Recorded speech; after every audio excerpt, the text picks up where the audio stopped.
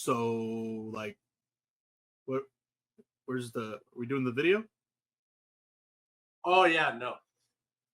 No video. We're not doing that anymore. Were you gonna make me aware of this? Yeah, now. Oh, now, right. Your co-host needs to know these things now instead of prior to starting a recording. That makes sense. Okay, got it. Well, I mean, I got it. You're the professional. I figured you just played off the spot. I mean, yeah. Okay, that's how that works. You're gonna do the thing. The thing? What thing? You know the thing where it's like, I'm Kurt. You want me? You know the thing. You want me to do the intro? Yes. Without the video. Oh, so you want me to? No, that's the new intro. So you want? I got it. Ladies and gentlemen, welcome to the newest episode of This Week in Wrestling. I'm Kurt.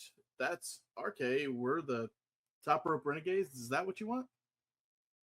I mean, you could put more effort into it, but yeah, sure, that'll work.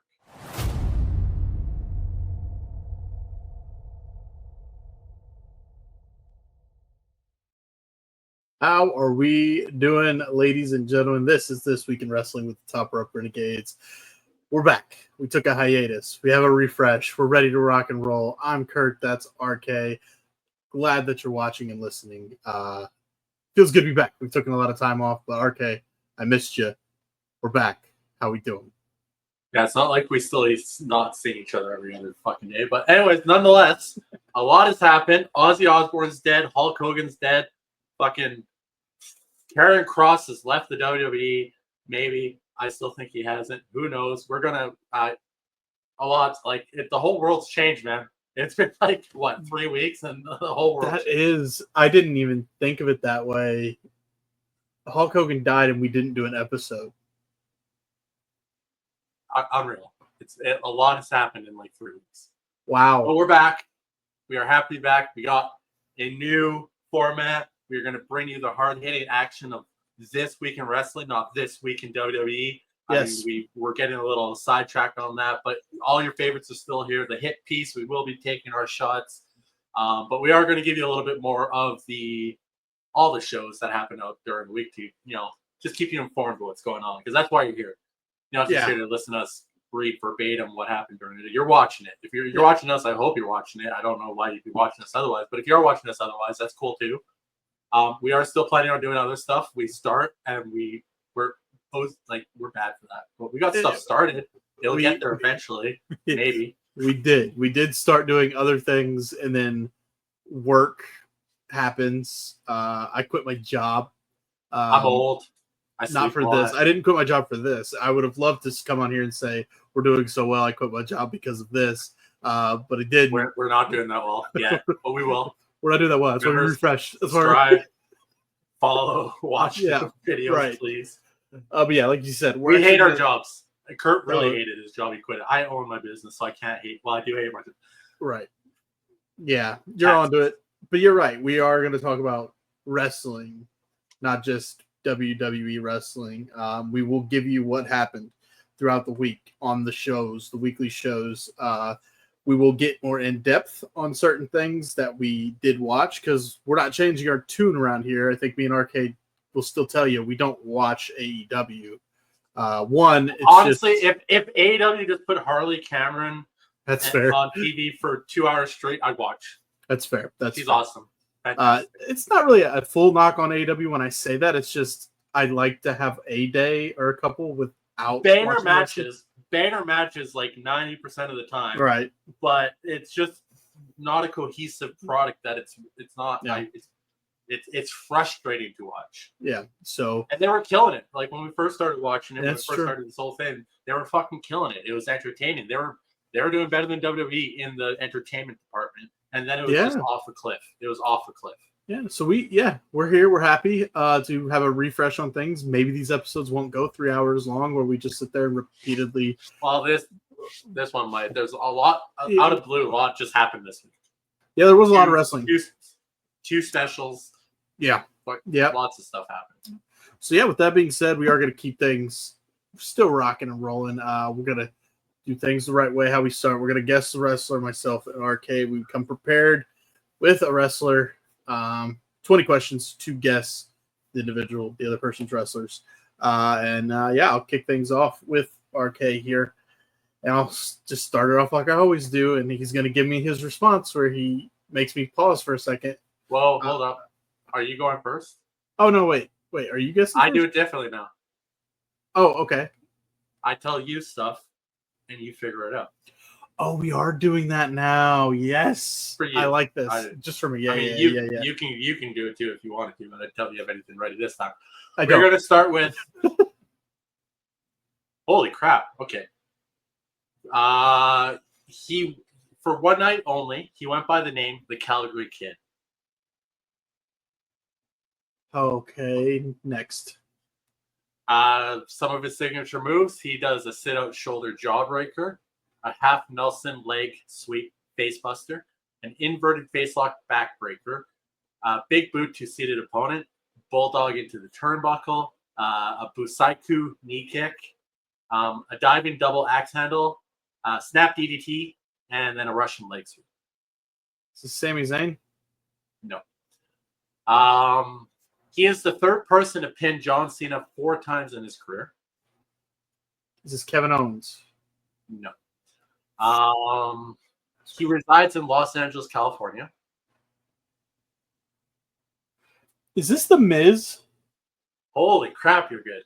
Bravo. Nicely done. Okay, so I'll tell you what got me the answer. It was the Cena thing. Because I just thought about it in my head. I'm like, man, who has pinned John Cena 4 times? But then I will say, once you threw the Los Angeles thing in there, I was like, oh, it's got to be the Miz. It's got to be the Miz. That it just made sense. I like this format because it helps me. You give me the questions that I don't ask. Yeah. Because if I'm sitting here saying, what's this person's move set? Can you break down all the moves? That really didn't. It kind of helped me now that I know the name. So, all right, bring it on. Bring it on with your guessing. Is this wrestler not a she? This wrestler is a he. Okay. I'm going to get better at giving you the answers to make it more. I'm still trying to figure out where I need to make it more harder yet. Yeah. But for some reason, what was it the one time where you were like, okay, I didn't know you were that in depth on that subject with Big E? I think it was Big E. Big E, that was wild. This one, I figured it would be the John Cena 4 times. I was like, I was going to hold that one out till later, and I was like, maybe not. But then I'm like, there's only like maybe a handful of people to have pinned John Cena that many times. Yeah. So. All right, what do you got? One of his managers was Roni Jonah. Would that have helped? No. Kelly? Maybe. You should have led with Flair? this. You should have let. What? Layla? I knew Layla. Ric Flair managed the Miz? Yeah, apparently. Nikki Bella? Interesting. I wouldn't have said Maurice because who is Maurice managed? Yeah. Dolph Ziggler. There's a lot here. The Chick Magnet is one of his nicknames. The Monk of Mojo. Never called him that. The Emperor of Excellence. Okay. The Moneymaker. The cross-platform multimedia superstar. Logan Paul. No, The Miz. I know. I'm just. Hey, John Cena said about Logan Paul is that he's not overrated and he's not just an outsider. He is underrated, and this is what he does now. Yeah, it's high praise. By the way, real quick, wait, I'll let you guess, and then I'll say something about something I saw on the internet. Go ahead. You're guessing the he. No, I got that, but what did you have to say? Oh, I was gonna give a shout out. I was gonna give a shout out to Kyle Wells. He finally he had a meet and greet with John Cena, and he posted a picture on Facebook, but it was just him in a belt. I was confused. Cena finally he bought that belt, and he said the only way it was ever going to go out with him was to get signed by Cena, if I remember correctly. And Cena finally signed it. And apparently John Cena cut a video on Kyle's phone for when his baby boy arrives that then he'll post on the internet. So it's pretty cool. John Cena's a legend, man. John Cena's the best. I just shout out to Kyle, man. That's awesome. Yeah, no, that's cool. Good job, Kyle. I wish we all could have been there because that John Cena, man. That's awesome. He once drank a PBR with him. Yeah, that story is great. What episode was that? Like episode 30 something. When we found out Cena was on his last run, we brought Kyle in. We'll have to bring Kyle again as we get close to the end here. Yeah, I think so. One last time. There's stuff in the news about John Cena and WWE and AEW, and you poked the bear one too many times, Tony. Yeah. Anyways, we are on. It is not a she. Is it The Miz? No. Imagine. Okay. Next question. Is this wrestler active in WWE? No. Is this wrestler active in AEW? No. Is this wrestler active? No. Is this wrestler alive? No. Is it Hulk Hogan? It is Hulk Hogan. Rest in peace, Hulkamania. We didn't get to do an episode. Fuck all y'all haters. People make mistakes. We're not here to talk about that shit. Hulk Hogan is responsible for everything we see today. We're doing this show. We wouldn't be doing it if it wasn't for Hulk Hogan. And Vince McMahon was on TMZ check out that TMZ documentary. It's actually really well done. But Vince McMahon was on the TMZ document for Hulk Hogan, and he said that, and I tend to agree with him on this, it's a bit disgraceful that Hulk Hogan didn't get more love on his last appearance in WWE. And I know picked the wrong city, but nonetheless, it's Hulk Hogan. Cancel culture is ridiculous, if you ask me. But he also said that if it was him, the whole show would have been dedicated. The whole Raw after the death, the whole show would have been dedicated to just Hulk. Yeah, I get he made mistakes. I get it, but we're not here to talk about that. He's wrestling, his wrestling career, and none of this exists without him. What sucked the most was his last appearance in Los Angeles was getting booed, but then he dies, and the Raw and the SmackDown following, the fans were in droves chanting and cheering his name. So it sucks seeing that, but it is how that goes. For some reason, when you die, if you're in that position, people will cheer the loudest and support you, but they didn't support you before you were gone, which sucks. But Hogan, man, legend, one of the greatest heel turns of all time, with the NWO.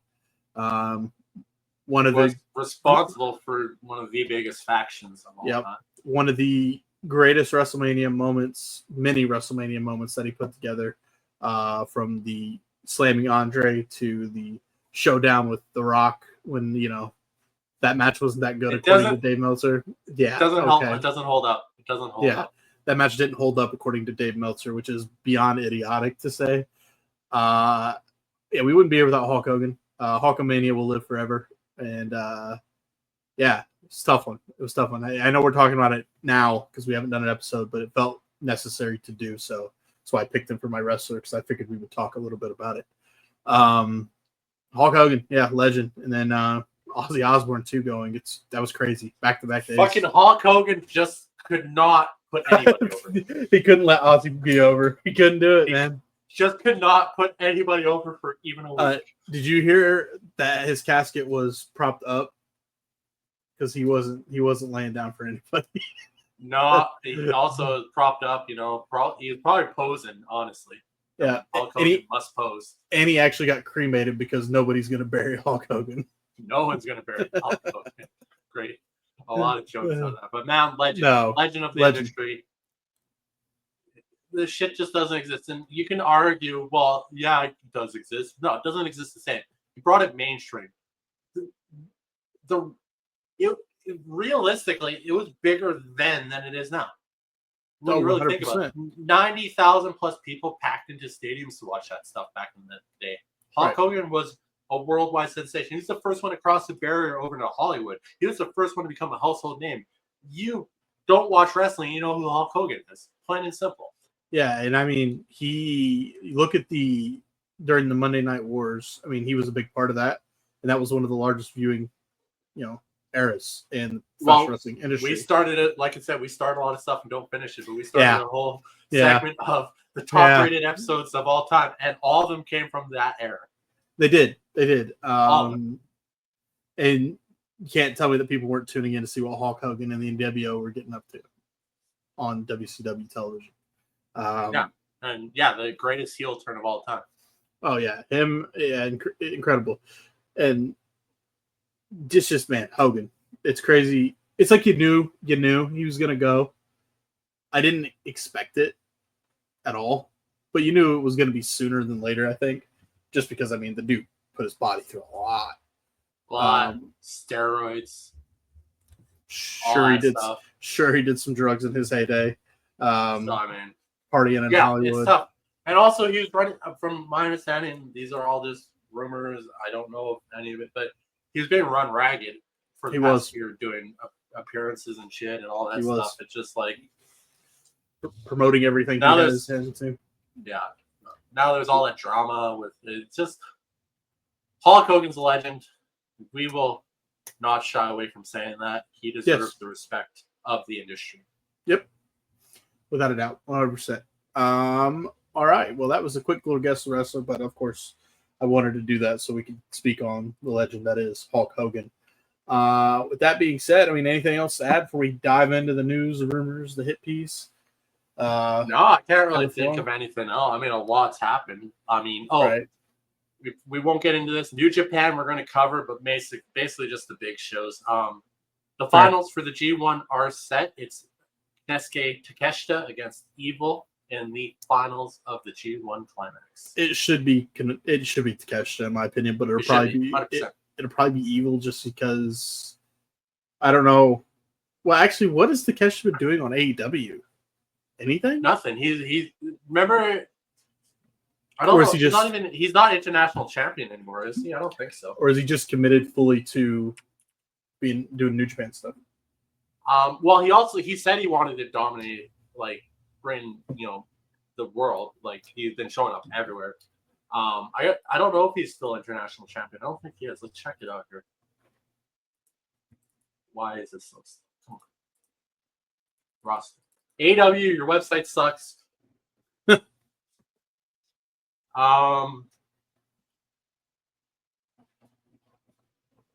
No. Could you? No. Takeshita's not champion right now. Yeah.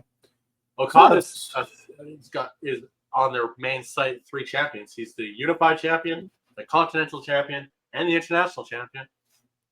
So they are around. Okay, I don't know. We're not going to dwell on that one at all. 22 belts, Monet, and still the TBS champion. Okay. Anyways, everybody's favorite segment, the hit piece.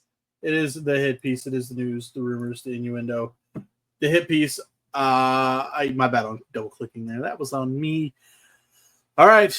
RK has implored me to read his writing, and we will see how. I'm going to try and not break character. You think I can do that? Just keep it locked in, straight face. Here we go, ladies and gentlemen. Headline reads, Shawn Michaels and Triple H of D-Generation X were doing it first. I'm thoroughly convinced that AEW sickos don't actually like AEW, but instead they just want to hate WWE. This week's episode of NXT had a Dark State promo where Cutler James said, we're going to smash their teeth in. I'm happy you included this. Then we're going to start taking turns on their ass. And then we're going to beat them down again and again until we finish on top.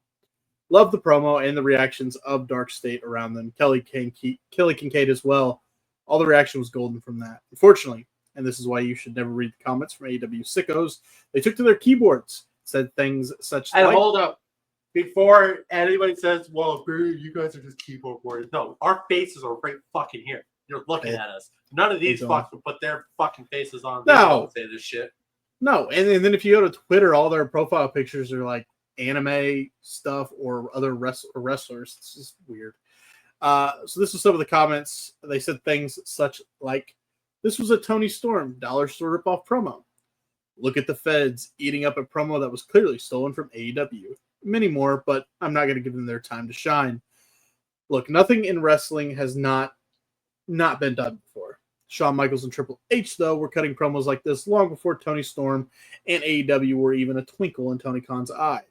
back in the D-Generation X days, you go further back, Territory days, you could find a lot of questionable things that were said in similar fashion to this. Co-partner, you sickos. Fucking the Sickos were coping this week and not well. No. On to headline number 2. So, are we still believing that Dave Meltzer's head is different from his ass? Reads the headline on page number 2. We get it, Dave. You're the king of being an absolute donkey. Did it Earlier, wrong. I do want to, since you just said donkey, huh? You did it wrong. We get it, Dave. Okay. I want to give credit. Being an absolute donkey. I read donkey, and I want to give JBL credit because he had a great line at AAA where you should know better. It was right there for you to do the thing. I'm gonna reread it anyway because I'm cutting myself off. What did JBL say? So much ass or something like that. There's more acid here than a donkey farm or some shit. Like it was golden. It was golden. JBL's incredible. We get it, Dave. You're the king. Or would it be you're the king of being an absolute donkey? Earlier this month, after Brock Lesnar returned at SummerSlam, Dave Meltzer reported that Brock Lesnar was the highest paid WWE talent between 2024 and 2025. Billy Bahati, yes, I'm aware that this is usually unreliable, but his report on this feels more reasonable than WWE TKO paying someone an 8-figure salary to do absolutely nothing. Bahati says Brock Lesnar is paid $100,000 per television appearance, $500,000 per PLE, and $1 million for a Saudi Arabia event, and then a $500,000 annual fee for image rights by the WWE. Lesnar was most likely only paid $500,000 by WWE while on hiatus. He goes on to say, there's absolutely no way that WWE were paying Brock Lesnar between 24 and 25 because that's just not the way the deal was structured. It was 1 year at a time from SummerSlam 2021 to SummerSlam 2022. From SummerSlam 2022 to 2023, let's assume that's right. Let's say that Brock Lesnar has made $500,000 for no reason so WWE can use his image, which they didn't do anyways. It has only really cost WWE $500,000. He's not received anywhere near $6 to $10 million. Dave Meltzer's wrong, and so is every fucking moron that piggybacks off Dave Meltzer and makes their own stuff. There's no way with the way TKO is structured and owning WWE. There's no way TKO was shelling out $10 million for somebody to do nothing. You know who else looks like kind of an ass? Daniel Cormier. I don't know if he was cutting a promo. I don't know what was going on. Because he's blackballed. Well, doesn't look like it because he sure showed up, didn't he? Next page. Headline reads, Bret Hart, Canada loves you. Please stop. Yes. Okay, so this is speaking for the words of RK. I'm not Canadian. We all know this. One can only complain about things for so long before you lose support of the people. You're a legend of the business, Bret, but come on. You seem to blame everybody for everything. Ric Flair, Goldberg, Vince McMahon, Hulk Hogan. Where does it stop? And now WWE doesn't appreciate you because they didn't get you a seat on TV for the Hulk Hogan tribute portion of SummerSlam. The same man that he once said destroyed his career. Bret Hart said this about the situation. I went to SummerSlam. They invited me down, told me they wanted me to be in the crowd. Once I got there, they told me they didn't have any seats. But I noticed Kevin Nash got a seat. Maybe I finally realized that I don't feel they really fully appreciate me even after Hulk passing. There's no certain appreciation for anything I did. You will always be a legend, but come on, man. This needs to end, Bret. He's complaining that Kevin Nash was in NWO, you fucking idiot. Of course Kevin Nash got a seat. Nash was close to Hulk. I mean, yeah, Bret. I've complained your whole life about Hulk Hogan. Bret and Goldberg are kind of doing the same shit right now, where they're just like, stop talking. What are you mad about? There's no certain appreciation for anything I did. No, there's a lot of appreciation for everything you did. Literally, you're just being a crybaby. Shut up. If they had some giant grudge against you, Natalya would not still be in the company doing hardly anything. Right. The next headline. Hell yeah. Did Tyrese Halliburton break Ibu's heart? For those of you that don't know who Ibu is, I think he was solo, worked for Fightful, said some stupid shit. No, he's still affiliated with Fightful. Okay. He's the one that put out the rumors that Britt Baker cheated on Adam Cole when they split, only for Britt to comment underneath his stuff and say, no, that's not true. He also is the same guy that tweeted before the breakup happened that Britt did a move of Adam Cole's in the ring, and he tweeted, you cheated on him, stop doing his move. Like, okay, you know so much. Britt buried him on Twitter, basically. He even I remember he said, I spoke to Britt, I apologize, and we're good. And then she commented and was like, that never happened. So that's Ibu's a clown. He pushes his AEW narratives, and you're gonna hear why. So on a recent episode of his self-made sessions, he had Indiana Pacers All-Star Tyrese Halliburton on the show. As we all know, Tyrese is a massive WWE fan. We also know that Ibu has his picture in the dictionary under AEW fanboy, aka WWE hater. Ibu asked Tyrese at a point in the show, so if another company gave you the right deal to pop up for something, are you allowed to do that? Tyrese said, yeah, but do I want to? No. Ibu, looking a little disheartened, said, Ricochet, if you're watching this, I think you should call Tyrese out by name. Tyrese was having none of it and said, I ain't showing up to AEW. I'll tell you that right now. So if you do that, you ain't even going to get a response out of me. Not showing up. Don't worry. At this point, Ibu was clearly looking like he was about to cry. Tears were about to flow. Following up on that, Ricochet was asked about Tyrese, saying that Kenny Omega was his favorite wrestler outside of WWE. He replied with, he just hasn't seen enough of my matches, obviously. Relax, Ricochet. You're in the same position at AEW where you are in AEW that you were in WWE. A good supporting character, uber athletic, but dog shit in the charisma department. What was the other part of this interview? Tyrese said something, or was it from that where he was like, I'm a WWE fan. Or no, where he said to watch something, and Tyrese said, you can send me it, but I'm not going to watch it. Oh, yeah. It's like, you can type. Yeah, that's it. It's like, you can tell me to watch something, and I'll think about it, but I'm probably not going to watch it. Probably not going to watch. I think he was talking about sending him a highlight or something. I was like, yeah, I'm probably not going to watch it. I'll be honest with you, big dog.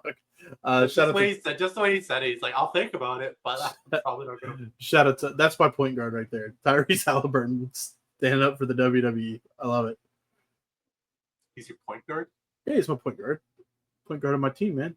That's my guy. Sounds a little sexual. I don't know. I was digging for something. I couldn't come up with it. Yeah, that's fair. Hey, that's what Ibu was doing with Tyrese, and he did not get what he wanted out of that. The final headline reads, you want the smoke? We want the smoke. All right, so let's go down memory lane here.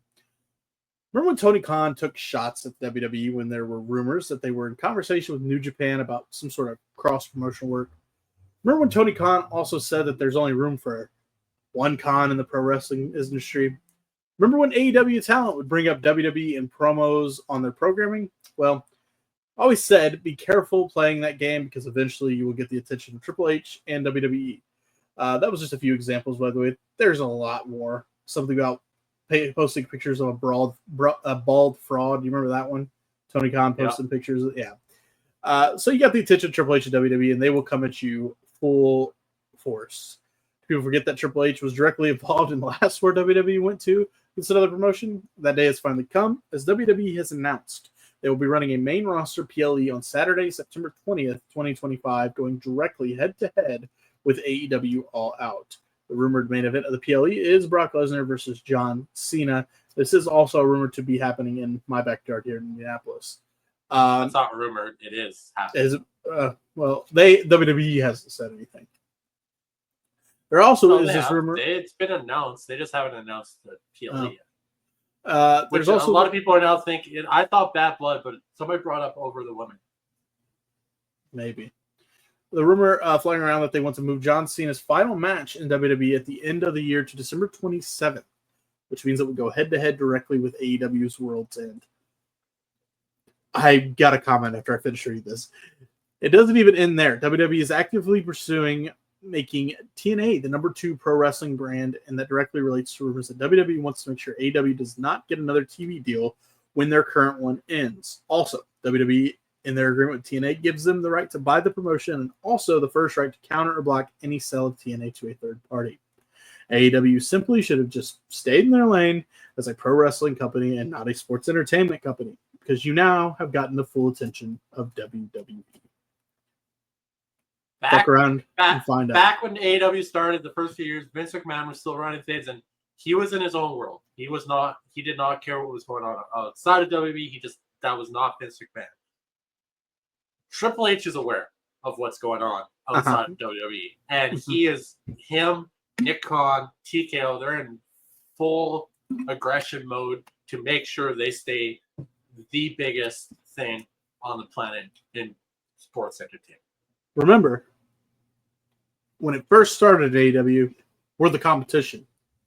And now the competition is firing back. Now we're picking on the little guy or something. It's like, what, really? Oh, dude. Oh, don't even get, that just reminded, holy fuck. Remember when I said AEW fans were not coping well this week? Holy crap.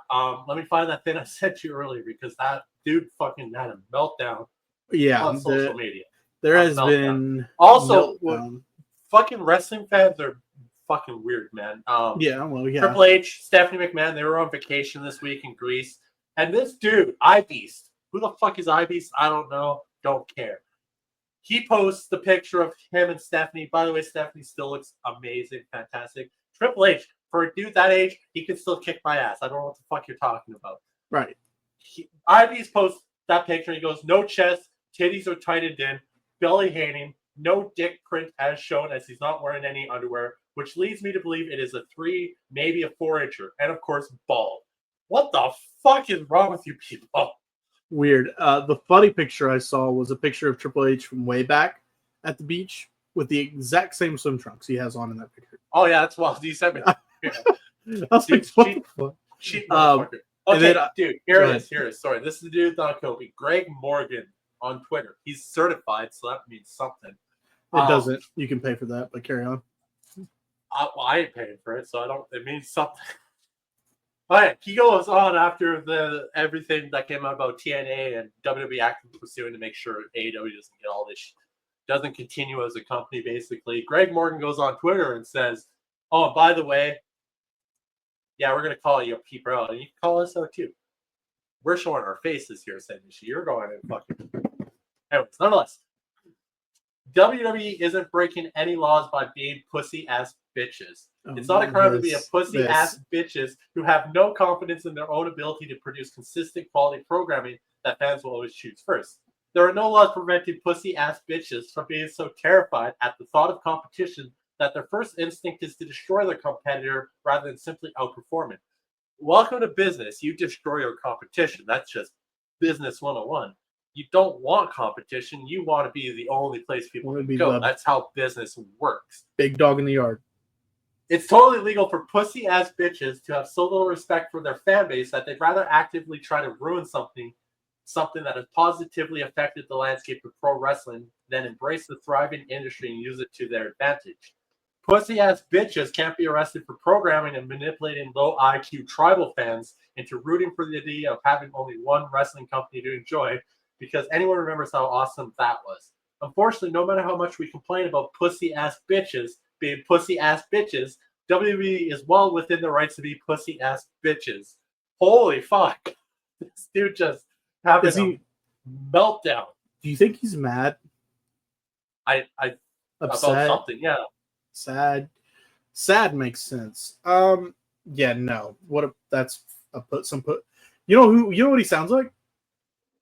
He sounds like a pussy-ass bitch to me. That's what he sounds like. Oh, it doesn't even end there, dude. It doesn't even end there. Matt Kuhn on Twitter, also certified. Don't know who the fuck you are either. Verified. But nonetheless, we're bringing you up. Rescheduling pay-per-views to affect their buys, partnering with other organizations to affect their numbers, by a number 1 to a number 2 that poses no real threat is to its monolith. Seems, I don't know, illegal? It's not. It's definitely not. Here's the thing. WWE would have left them alone. 100% they would have. They just kept running their fucking mouths. Right. They'd have let them sit. Now, moving pay-per-views, fuck it. We got to win the war. You want a competition? You want to go to war? We got you. You want competition? You want to say you're our competition? Let's see if you're our competition. What I wanted to say post-reading that, if they move John Cena's match to the same day as World's End, World's End is going to be a massive flop. Yeah, 100%. John Cena's last match in wrestling. You have to pick between watching John Cena's last match in wrestling or buying World's End for $60. You're watching John Cena's final match in WWE. Yeah. I don't have your news in front of me, so if I'm jumping the gun, you can tell me. Did you read what Dolph Ziggler said about John Cena in his final match? Okay, Dolph Ziggler said that he thinks a cool idea for John's final match would be a gauntlet match.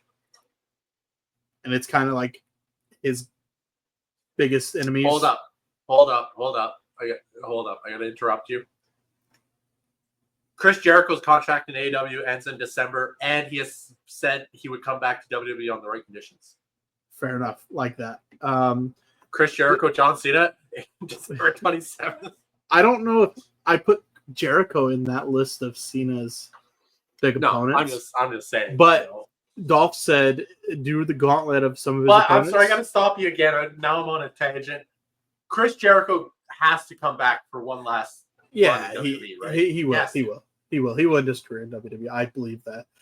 I think Edge too. I don't know what that contract situation looks like. I've heard it's up soon, but I haven't heard of any specifics. But him and Christian just got Jericho back himself has recently said that his contract's up in December. Anyway, Dolph said he should run a gauntlet in his final match, and then the very last opponent be a surprise, and it'd be The Rock, and then The Rock and Cena do it farewell. I don't know how much that works, but I like it. But The Rock ain't showing up. No, The Rock would for John Cena. I think he would show for John Cena. And if it's not The Rock, I think if you do a gauntlet style, the final person's Randy Orton, right? Unless Randy Orton is the legend killer. Unless Edge is available, you give him a call. Edge is the one I want to see. They feuded hardcore, man. I don't think we get it. Edge and Christian just got back together. I think they're going to do something, unless they're just doing a short run and they have something that happens at All Out. And maybe that's it. Yeah, they want Edge and Christian are going to win the tag team titles at All Out. Plain and simple. Right. Tony Khan, you're just you're telling us what's happening. Well, let's tell the people we are a This Week in Wrestling show. So let's tell the people what happened on AEW Dynamite this past week. I'm not going to finish the news. Oh yeah, you have to do the news. I forgot because we don't have another tab where it's just the news, so I guess we just sit on the headline page. And then I'll let you talk, and then I'll just transition like between them periodically. I didn't think that. The rest of the news. Kurt's just tired of listening to talk, although that's all we're here for. Even though that's all I did. Ilya Dragunov has apparently been cleared for in-ring action recently, and it is thought that it is only a matter of time before he reappears on TV. Let's fucking go. I miss seeing Ilya Dragunov. He's Ilya so Dragunov good. Brings a different style of strong style, but like he's so good. Oh, a different style of strong style. What's actually strong style? It's strong style, looks like, but like he has like a different. I don't know how to describe it. It's like, Japanese watching New Japan and shit. Like some of the matches are just slow. I feel like he brings the Japanese style with more aggression in a way, more speed per se. Yeah. There are plans to expand the UFC Apex Center to accommodate more fans, which could mean for more WWE events to be held there in the future.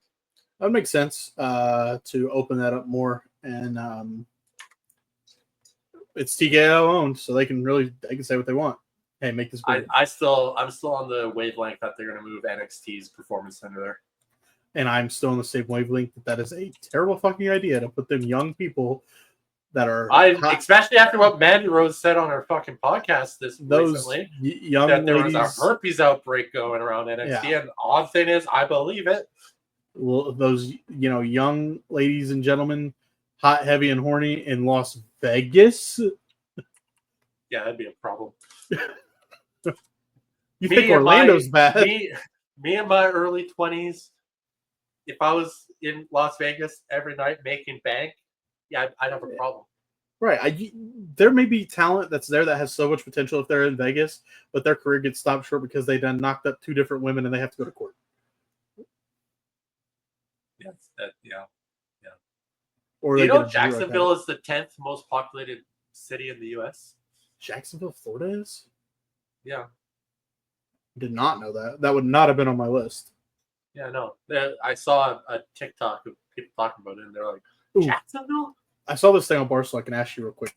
They asked the people in the office what they think I think it was the 5 biggest cities in the United States were. I could tell you. Go ahead. I think I could tell you. New York City. Yep. Los Angeles. Yep. Chicago. For sure. Austin, Texas. You know, I probably should have put up this in the beginning. 5 biggest cities. New York City, Los Angeles. You got those. Chicago, Austin. Okay, let's see here. You had New York, Los Angeles, Chicago. Yeah. Austin, Texas. Or is it Dallas, Texas? Why is this being stupid? No, neither. New York, Los Angeles, California. You have 3. What was your other? Well, I said Austin, but you said that's Nope. not true. Nope.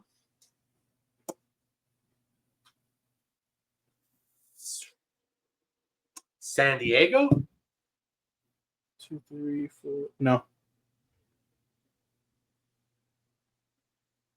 Chicago, New York, Los Angeles. Those are the biggest that I know. Boston? No. They're Seattle. both no. No. Seattle's popular. No. But like Seattle's like dreary and rainy. I don't like Seattle. That's not true at all, but anyways. One of them or both of them are southern, but more southwestish. Phoenix. Phoenix is one. Yeah, Phoenix, Arizona. And then this next one is more south than west. Well, it's not Texas because I said Dallas and Austin. Is it San Antonio? You said what did you say in Texas? You said Dallas and Austin? Yeah. No. San Antonio? No. That's the 3 biggest cities in fucking Texas. Texas City? New Mexico. Come on, dude. Dallas. Austin, San Antonio. Oh, Arlington. No. Oh. Austin, Dallas, San Antonio, Arlington. Come on. What else is in Texas? Dallas, Austin, San Antonio. Yeah. What am I missing? Do you want me to tell you? So we can continue the show? No, let me look at a fucking map. What the fuck is in Texas? Why? I'm gonna be so pissed. I know I am.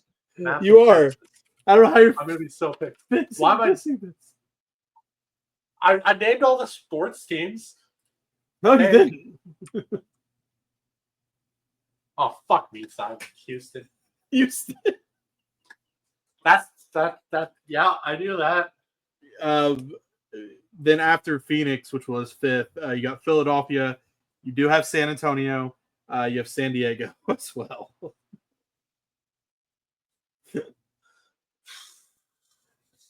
Dallas is on there, and then 10th is Jacksonville. Jacksonville's 10th, Yeah, they come in at just 1 million people. and that is kind of crazy. In the top, well, hell, top 15. In the top 15, you have Houston, Texas, as we said, San Antonio, Texas, Dallas, Texas, and Austin, Texas, and Fort Worth, Texas. Texas, Yeah, is massive. Texas is massive. It's still smaller than like a third of Canada. Indianapolis is 16th, which is shocking. Anyway, back to the news. You brought up Also, San Jacksonville. Jose is up there too. San Jose is a big city too. California's a big state. Yeah, well, what's the capital of Canada? Ontario. Ontario is a province, dipshit. What is the capital? Hold on. Is it Quebec? Or is that a province too? Quebec's a province. Toronto? That's a city, but not the capital. I feel like I know this. It's a hockey team.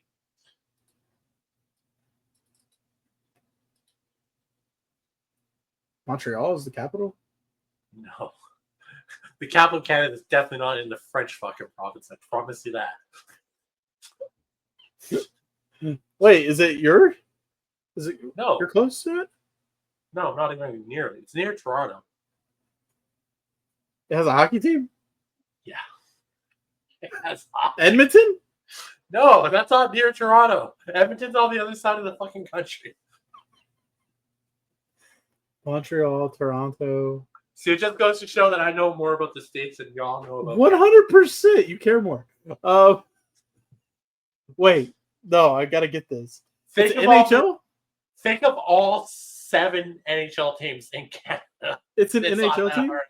Yes. Toronto, Edmonton, Montreal, Vancouver. What am I doing wrong here? Oh, fuck. Why am I spacing there? Ottawa.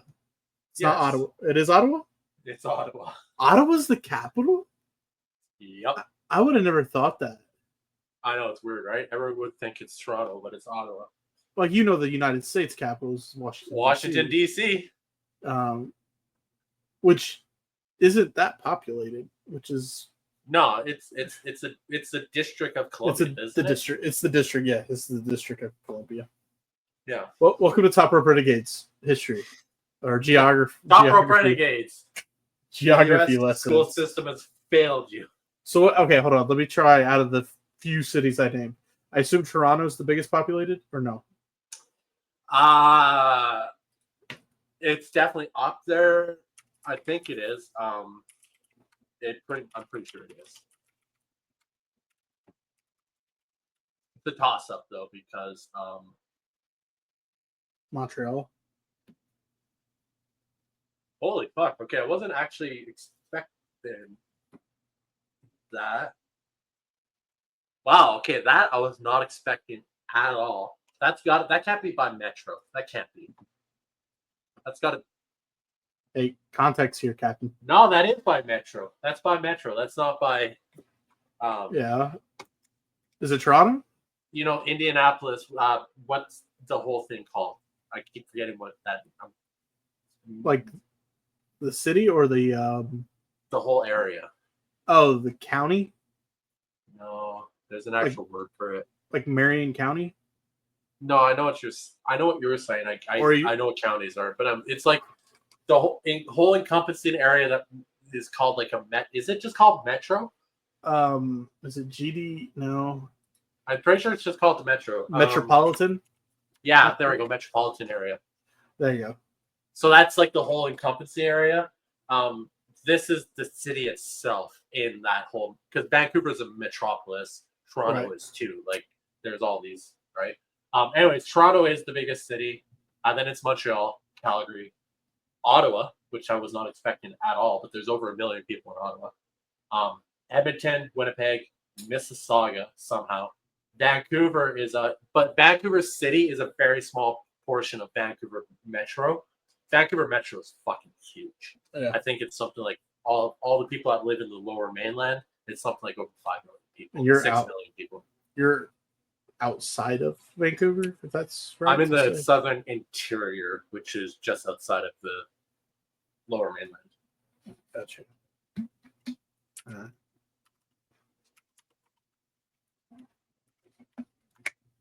How far away are you? Yeah, from Vancouver Metro is 3.1 million people.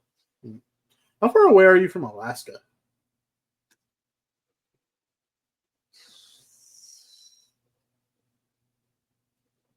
16 hours. I don't know. I was wondering because I know you're on the west in there. Yeah, I mean, BC's huge. It's right. I know that. Directions from my location is can't find a way there.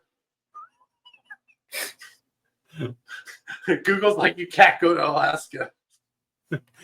That's frowned upon. Anchorage.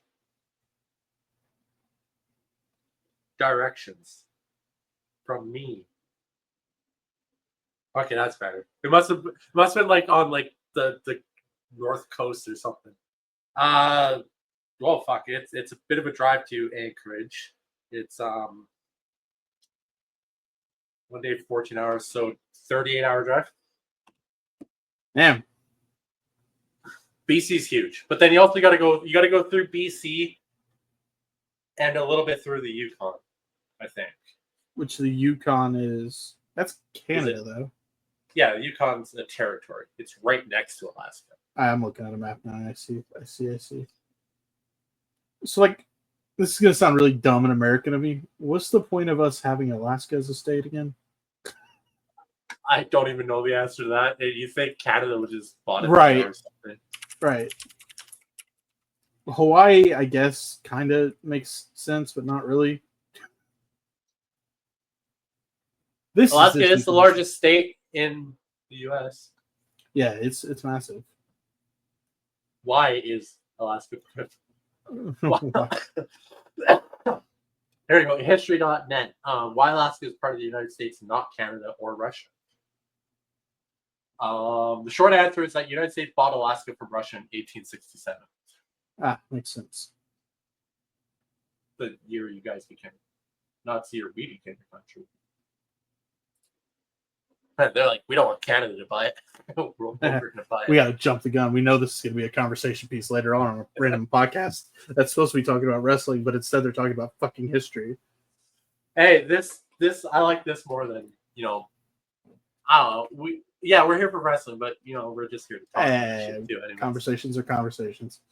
All right, cool. Anyways, how did we even end up on that? Lola Vice is reported to have signed a new contract with WWE. I do believe that is 100% true because she's already mixing with the main roster on AAA, as we saw yesterday. Yeah, she's mixing with the main roster. David Priest, you dog. Living the best life, partying out until 2-3 in the morning, going home to that. Come on. Fuck that guy. Ashante the Odonis announced that his contract has finished with WWE. There is apparent interest within TNA to bring him into the company. Saw that one coming. He's uber athletic. Like the last match we saw of it was like, holy fuck, he's good. Like you don't realize it, but he's really good.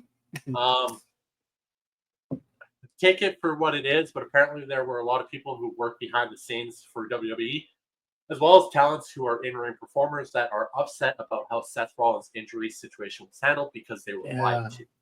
That's been intriguing. Nikki Bella actually was asked about that, and she's like, I had a 30-minute conversation with him about his knee. So was he working everybody? He was working everybody.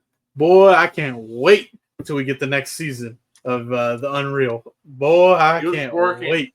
Everybody. Nikki Bella said, yeah, I had a 30-minute conversation with about it. I mean, yeah, he was working everybody. I mean, he did the basic show up and you're on camera when you get out the car, but you're on your crutches. That's the basic. But then you're backstage talking to your like fellow employees. You're just like, yeah, knee's fucking done, man. I would understand why some people are a little pissed off about that. 100%. He's looking you dead in the face like, yeah, my knee's toast. My knee's done.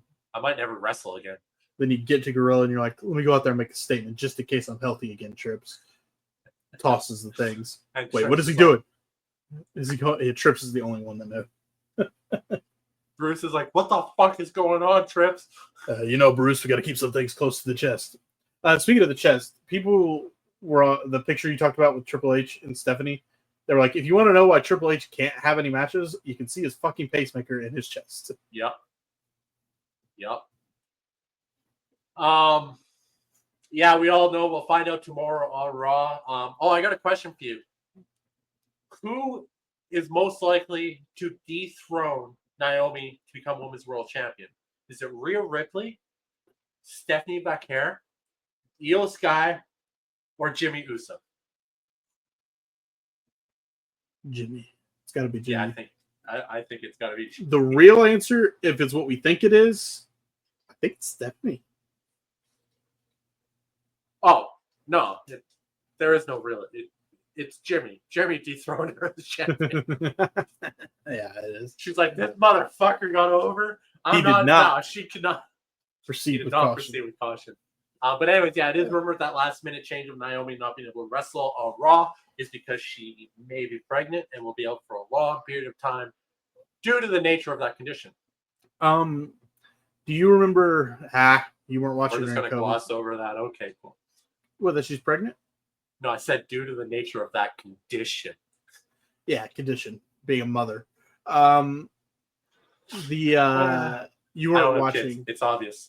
You weren't watching during COVID time. No, I was. I'd like the tail end of it. Have you seen the clip when Becky came out and relinquished the title? Yeah. And gave it to Io? Yeah.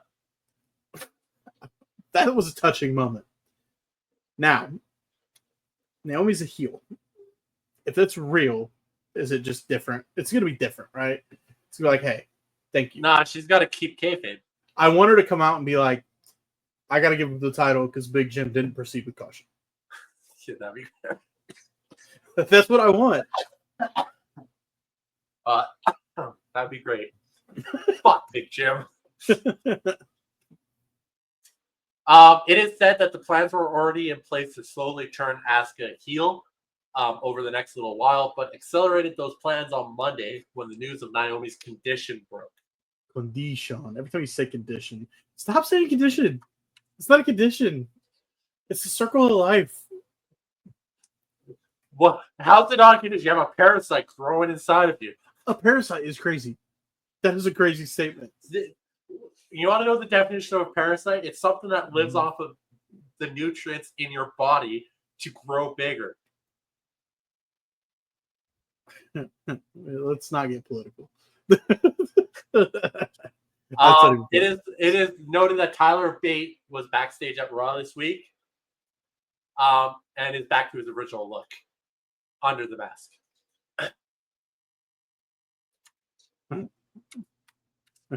But anyways, there's noted Tyler Bate is back backstage, and what's his original look? Is that the long hair or the short? The original look would be the short hair with the curly mustache. Apparently he's back to that look. When he was going to war for the United Kingdom Championship with Pete Dunne every week. Fucking great feud. Everybody's favorite, Matt Menard, yes, Daddy Magic, has re-signed with AEW on a new 5-year deal. Hey, I'm all for people getting paid. So good for him. 5 years for that guy? I would have gone with like a bridge contract like Connor McDavid's going to sign. You hear Connor McDavid's he's going to sign like a 2 or 4 year deal, not an 8-year deal. And he's going to be making like $17.5 million a year. Is that bridge deal just like either get me some help so I can win a cup or I'm out after 2 years? 100%. That is exactly what it is. He's like, I'll give you guys one last chance to figure this shit out, or I'm going to win a cup somewhere else. I need to call my Blackhawks and give them a call and be like, hey, I haven't heard any news on the front of that extension we got to give Bedard. What are we doing? TNA, well, if they don't give him an extension, he's restricted. So either he sits out for a full year and then goes to free agency, or he goes to arbitration or some shit. They're gonna give him an 8-year. Yeah, it's fucking dark. Also, this is the last. They gotta get an 8-year deal signed before the season starts, because then it can only be a 7-year max. Yeah, so we're getting closer. I assume that news will break. Wait, and I don't know. We're in the middle of the show here. If somebody is watching this and they like hockey, let us know. We may just start doing a little random hockey talk here and there. Not all the time, but 2 hockey guys, one more educated than the other. That's him, not me. I'm educated-ish. Well, we're born with hockey sticks in our hands. I do say that all the time. You literally come out the womb and they go, here's your skates. Get on the ice. Yeah. TNA President Carlos Silva says that a new video game for the promotion has been added to their goals list.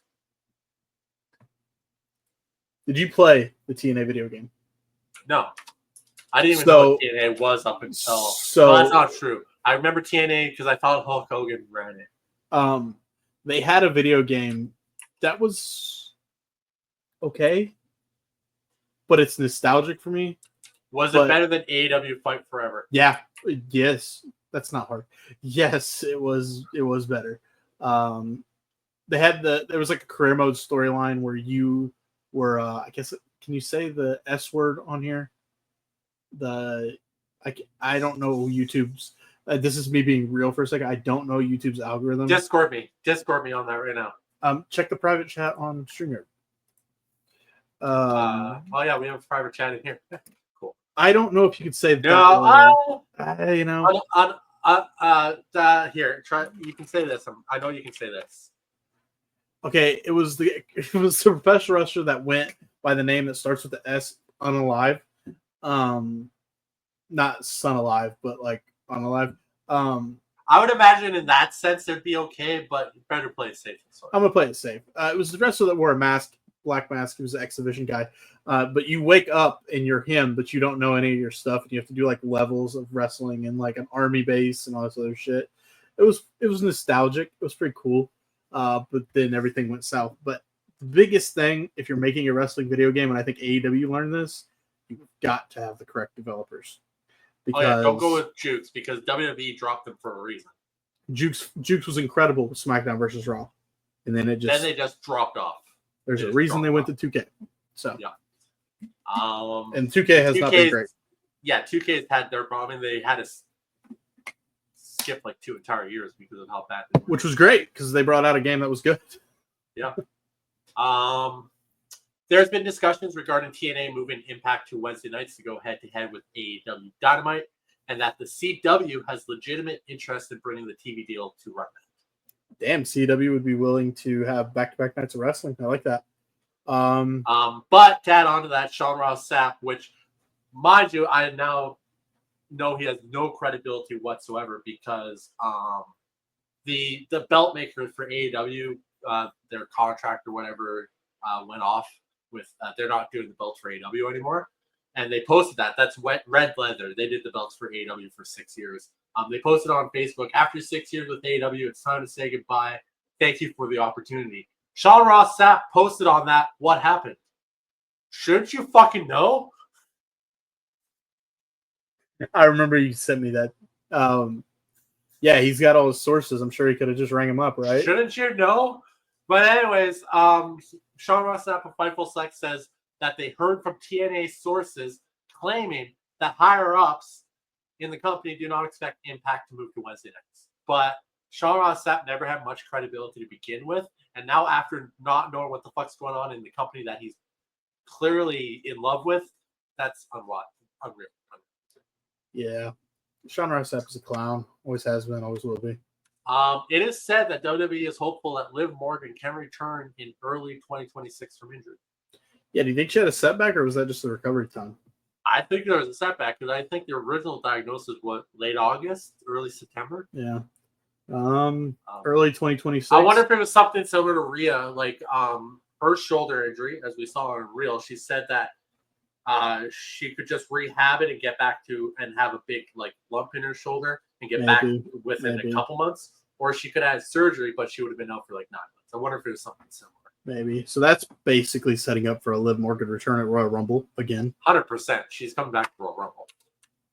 All right, last bit of news. This is kind of a big thing. Karrion Kross is officially gone from WWE. Officially. There's so much on this. I'm a firm believer that all this is a giant work. They're just setting the amount of seats to make sure that it works everybody. Like everybody at first was like, that's a work. And then after a couple of things come out, it's like, well, some people are like, well, maybe it's not a work. And then after some more stuff came out, oh, well, no, I don't think this is a work at all. And I'm still in the full boat of this is a complete work. It has been said that their asking fee for appearances is astronomically high, that nobody in their right mind would actually charge that coming out of WWE or looking for work. Nobody would actually charge that. So the indie promoter that was brought that up said that he thinks that it's a complete work. Higher ups in WWE, they have said that they're not sure whether or not it's a work or what's actually going on, but they do believe in some capacity that Karrion Kross and Scarlett will be back regardless. Yeah, I'm thinking it's a giant work. I mean, I don't know about you, but I fully believe that this is all a giant work. They're doing everything to make everybody just think he's gone for sure, and then he comes back. I want to believe he's gone. I want to believe in a little bit of kayfabe in my life. I want to believe he's gone because I want to be excited when he shows back up. We'll see. I know. Well, I mean, regardless if you think it's a work or not, you're gonna be excited when he returns. Fair. I think it might be a bit of a work. I don't know. He went on Ariel Helwani's show and said some things. Yeah, because he would give away the work. Right, I know. Some of it seems believable. Like the offering him a contract but not having Scarlett in it. I kind of do see that. Sounds like a work to me. That's fair. Or maybe the post WrestleMania blow up or whatever he had. That also sounds like work. Like all of a sudden, as soon as he's gone, he's like, "Oh yeah, no, they did not like that. I did that." I had to tell him it was I would like to see him back. I just everything that's happened just feels like they want everybody to believe it's not a work. I will say, honest about Karrion Kross. I think his character work is insane, incredible. His work on the mic is phenomenal. The dude can cut a promo better than a lot of people. His in-ring work doesn't do it for me, or at least, and maybe that's not his fault. He just doesn't get out there. He wasn't, because I love Karrion Kross. His NXT run was is up there with the best. And it's probably not his fault he doesn't get to showcase his talent in ring. But man, some of those matches were not great before he was quote unquote released or his contract expired. I mean, was that a part of the plan? I don't know. I don't know, because now you got me thinking. I don't know. I think he might be gone. I really do. I don't know. Fuck, I don't know. I feel like WWE's in a position with indie companies, as long as there's no association to AEW whatsoever with that indie company.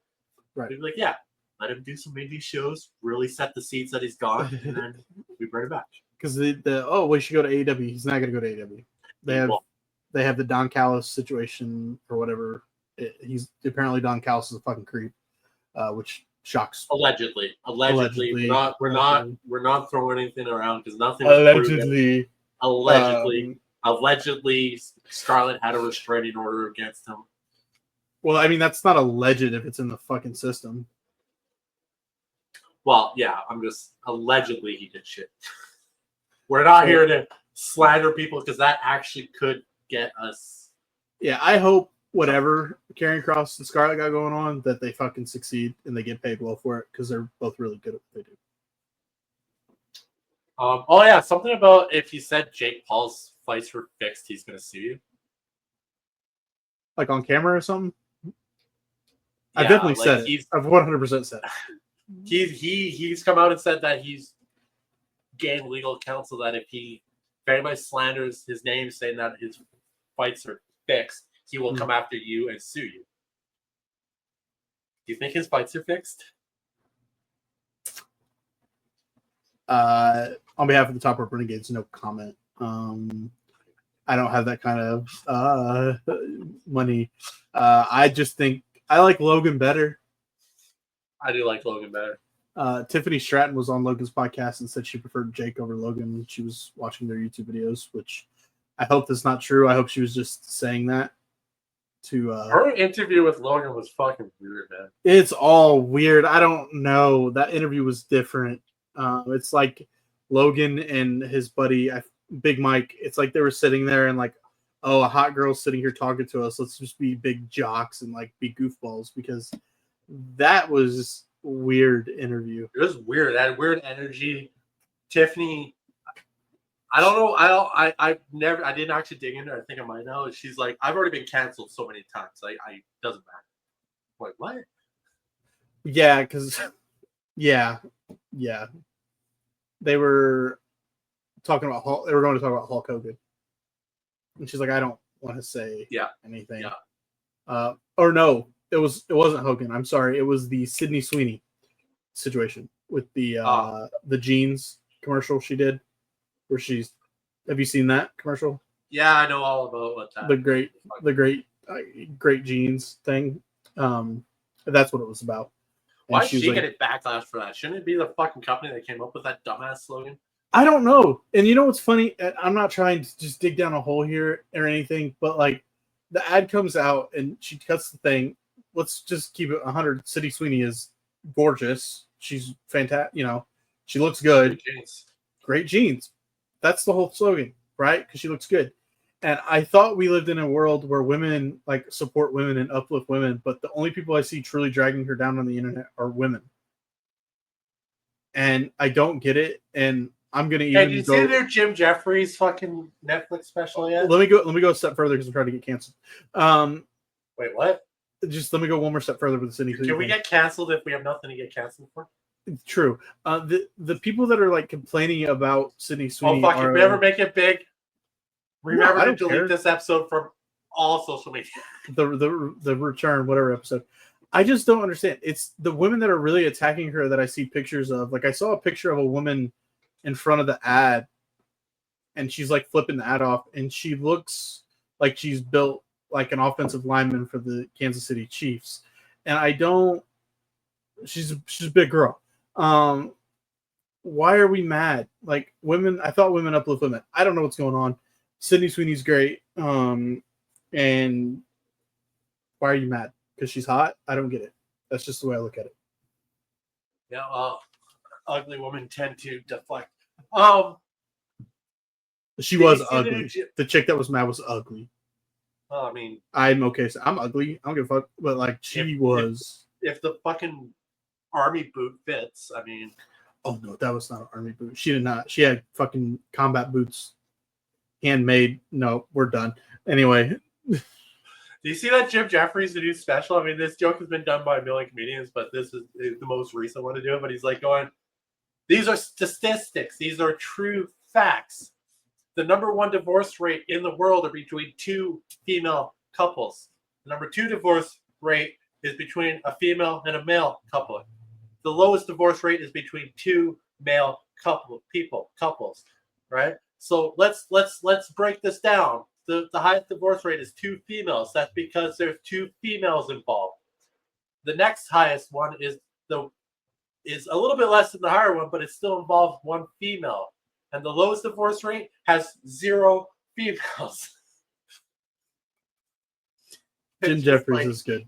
Well, fuck. I mean, you can't argue with stats, can you? Can't argue with stats. You cannot argue with stats. That's the news? Here. Okay, let's go. That wasn't our joke. That was another person's joke. We're just really, you can't shoot the messenger. You ever see John Breaks Bad News? You cannot shoot the messenger. That's true.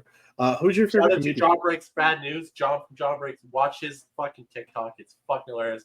We're not sponsored by him. Apparently, that's the thing now. You got to tell people that you're not sponsored by plugging somebody else's product or anything. Otherwise, it becomes a big thing. I didn't know that.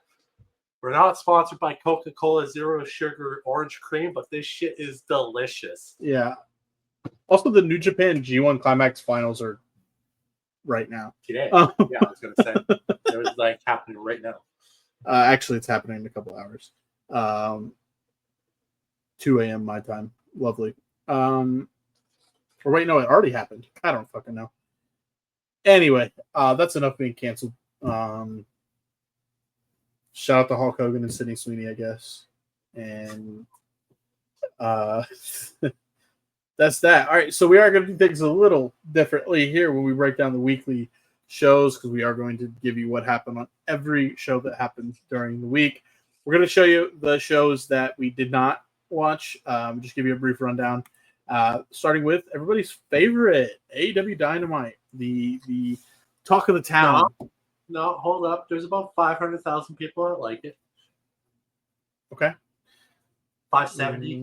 What 60. Happened on August 13th, 2025? A lot less than NXT. In Cincinnati, Ohio. Yeah. We didn't plan this part. Like, do we read one after the other, or do you got it and then I'll chime in? You got it. I read the news part. You can read these. Boom. Nailed it. Look at that. Yeah, there we go. Done. Figuring it out on the fly. We do this every week. Not lately. Not lately. We're back. August 13th, 2025, Wednesday, from the Andrew J. Brady Music Center in Cincinnati, Ohio. AEW Dynamite. The matches in typical WWE AEW fashion. There's a lot of them. Jon Moxley defeats Kevin Knight via pinfall. Alex Windsor, Queen Aminata Willow Nightingale defeat Mercedes Moné, Thekla, and Sky Blue via submission. Friend of the show. Shout out to Sky Blue. Friend of the show. Yeah, that is true. That's our one and only interview we've ever had. Kyle counts. I had. Oh, yeah, no, Kyle. Sorry, Kyle. I love you, Kyle. We'll be back. How did Sammy Sosa do it? Adam Copeland defeats Stokely. Okay, did we talk about the Stokely promo? Where he said, "I'm we haven't short," done this in like 4 weeks. Or he said, "I'm short, I'm bald, I get no hoes." I was like, "All right, he's preaching right now." All right, Stokely's been on fire. The Young Bucks have been on fire. Stokely is Cameron's hilarious. on fire. Stokely is hilarious. Hiromu Takahashi hologram. Tomo Hiro. Well, I can't find spelling mistake. Tomohiro Ishii, Brody King defeat Don Callis family and the Young Bucks via pinfall. The Ops defeat La Fascion Ingobernable LFI. Alrighty, promos. Via LFI submission promos. Is this me now? Is that me now? No, Do I do the promos? Yeah, sure. I read the promos. Yeah. MJF, Hangman, Adam Page, they had their in-ring promo. I think this is where MJF enacted his clause from winning the Casino Gauntlet to face Adam Hangman Page at All Out. He didn't want to, but Hangman goaded him into it. Will Ospreay and Renee Paquette had a backstage interview. Will Ospreay's back. Hold the fuck up. Didn't he have like 2 separated hernia discs and fucking like shoulder, and he needed to rest, and that was like 3 weeks ago? Yeah. You know, Swerve actually feels the exact same way about that. Like, why even play that angle? Just let it be off TV for 3 weeks and come back. Hook was still kicking around. He had a video vignette. Swerve Strickland, Okada. Not kicking around. It was just the Hook signal. Yeah. Renee Paquette was on the entrance ramp with Swerve Strickland and Okada. John Moxley. I don't know if you saw anything from that, but for like the first 45 seconds of that, they were talking, no audio. Love that. John Moxley, Alicia Atout, who is MJF's girlfriend. She's with the Young Bucks as well. They're backstage. They had their interview. Adam Hangman Page, Renee Paquette were backstage talking, and then we have a brawl in the parking lot between MJF and Hangman Adam Page. That Hangman Adam Page was after the last match. It was at the end of the show. They were talking about the MJF stuff, and MJF just comes out of nowhere and just beats the living shit out of Page. Will try my best to check in on these promos for the shows we don't watch, just so I have a better understanding of what was talked about, even if it's a short synopsis. I'll look forward to basically the John Moxley, Alicia Atout one was John Moxley was he was talking to Alicia Atout. They were talking about some match coming up, and John Moxley went into the Young Bucks dressing room while Wheeler Yuta stood guard outside of the talk to the Bucks. Gotcha. Here, up next. Yeah, we got TNA Impact from Thursday night, August 14th, 2025. The Ryan Center in their Kingston, Rhode Island. That's their home base for most of the shows. The matches, we had Trick Williams, AJ Francis, and Rich Swann of Top Class. Is that their First Class? First Class, thank you. I was thinking Top Dollar because that was the thing. Ty Dolla Sign's a good rapper. They defeat the System via pinfall. Danny Luna, Indy Hartwell, they defeat Myla Grace and Harley Hudson via pinfall. Matt Cardona showed up on the show again. He defeated John Skyler via pinfall. Matt Cardona, for a man who loves the Indies so much, sure the fuck talks about WWE a lot. Anyway, back in. Greatest line ever. Mike Santana defeated Eric Young via pinfall. Cedric Alexander and the Rascals defeated Leon Slater and the Hardys. Yeah. I didn't catch much of the show. I saw some clips. Cedric Alexander did some crazy shit in this match. So did the Rascals. That match, the main event match was a good match. He normally does. And you just mentioned the Rascals and Leon Slater. It made me to remember, I don't think we hit on this in the news, Ace Austin signed with AEW. I don't know if you saw that. Yeah, that sucks. I don't think that would have happened if Chris Bade never got injured. I don't think so either. Backstage stuff, Moose in the System cutting their usual promos. Indy Hartwell, Danny Luda, and Jody Fett together cutting a promo there. We got Cardona and Tasha Steeles. Santino Marella, the Elegance brand, Lee Yin Yeah, I Lee think Tasha Steeles was trying to recruit Matt Cardona to join up with Ali. Yeah. Makes sense. Ling Yi Lee and Xia Brookside, the Inspiration, Fatal Influence, all have an in-ring. Basically setting up for their big Yeah. 4-woman, 14 tag team match for the Knockouts Tag Team Championship the following night. It just broke out into a complete brawl. It was great. Rosemary, GM Miller talking. GM Miller back, by the way, after her being attacked. Did you hear? She cut a promo on the previous week when she came back and said, I can't remember exactly what it was, but she basically said, if another fucking woman lays their hands on me, I'm going to beat the shit out of her. Go ahead, Gia. Go More ahead, girl. Steph DeLander, Mace Warner cutting a pack, promo. We had Frankie Kazarian, Jake Something, Steve Macklin, and Sammy Callahan and Eddie Edwards. Sammy Callahan was heading into what we're about to talk about next. TNA Emergence, where he was having a match that if he lost, he would retire. And I think we're going to hear about that.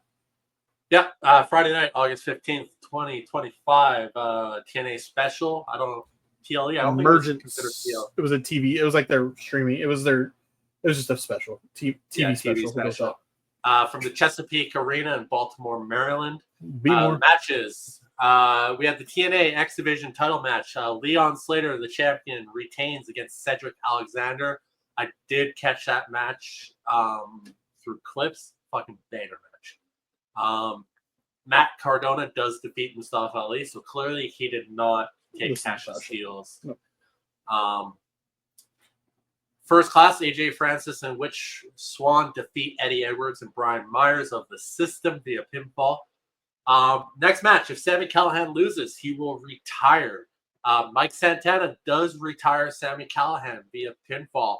The ending, the pinfall, it was weird because it looks like the count was fast. Everyone's like was looking at that like going, was he not supposed to lose that match? And yeah, dude, he was supposed to lose that match. It was just a weird count. Yeah. He was definitely 100% supposed to lose that match. The dude gained like 60 pounds in a year from his injury. He's done. He's done. I saw that Mike Santana and Sammy embraced, and they did. Yeah, a good old Joe Hendry also went up to Sammy Callahan. It's in the promos there. TNA Knockouts Tag Team Title Match. The Elegance brand champions retain against Fatal Influence, the Inspiration, shocking, Lee and Xia Brookside via pinfall. It was shocking.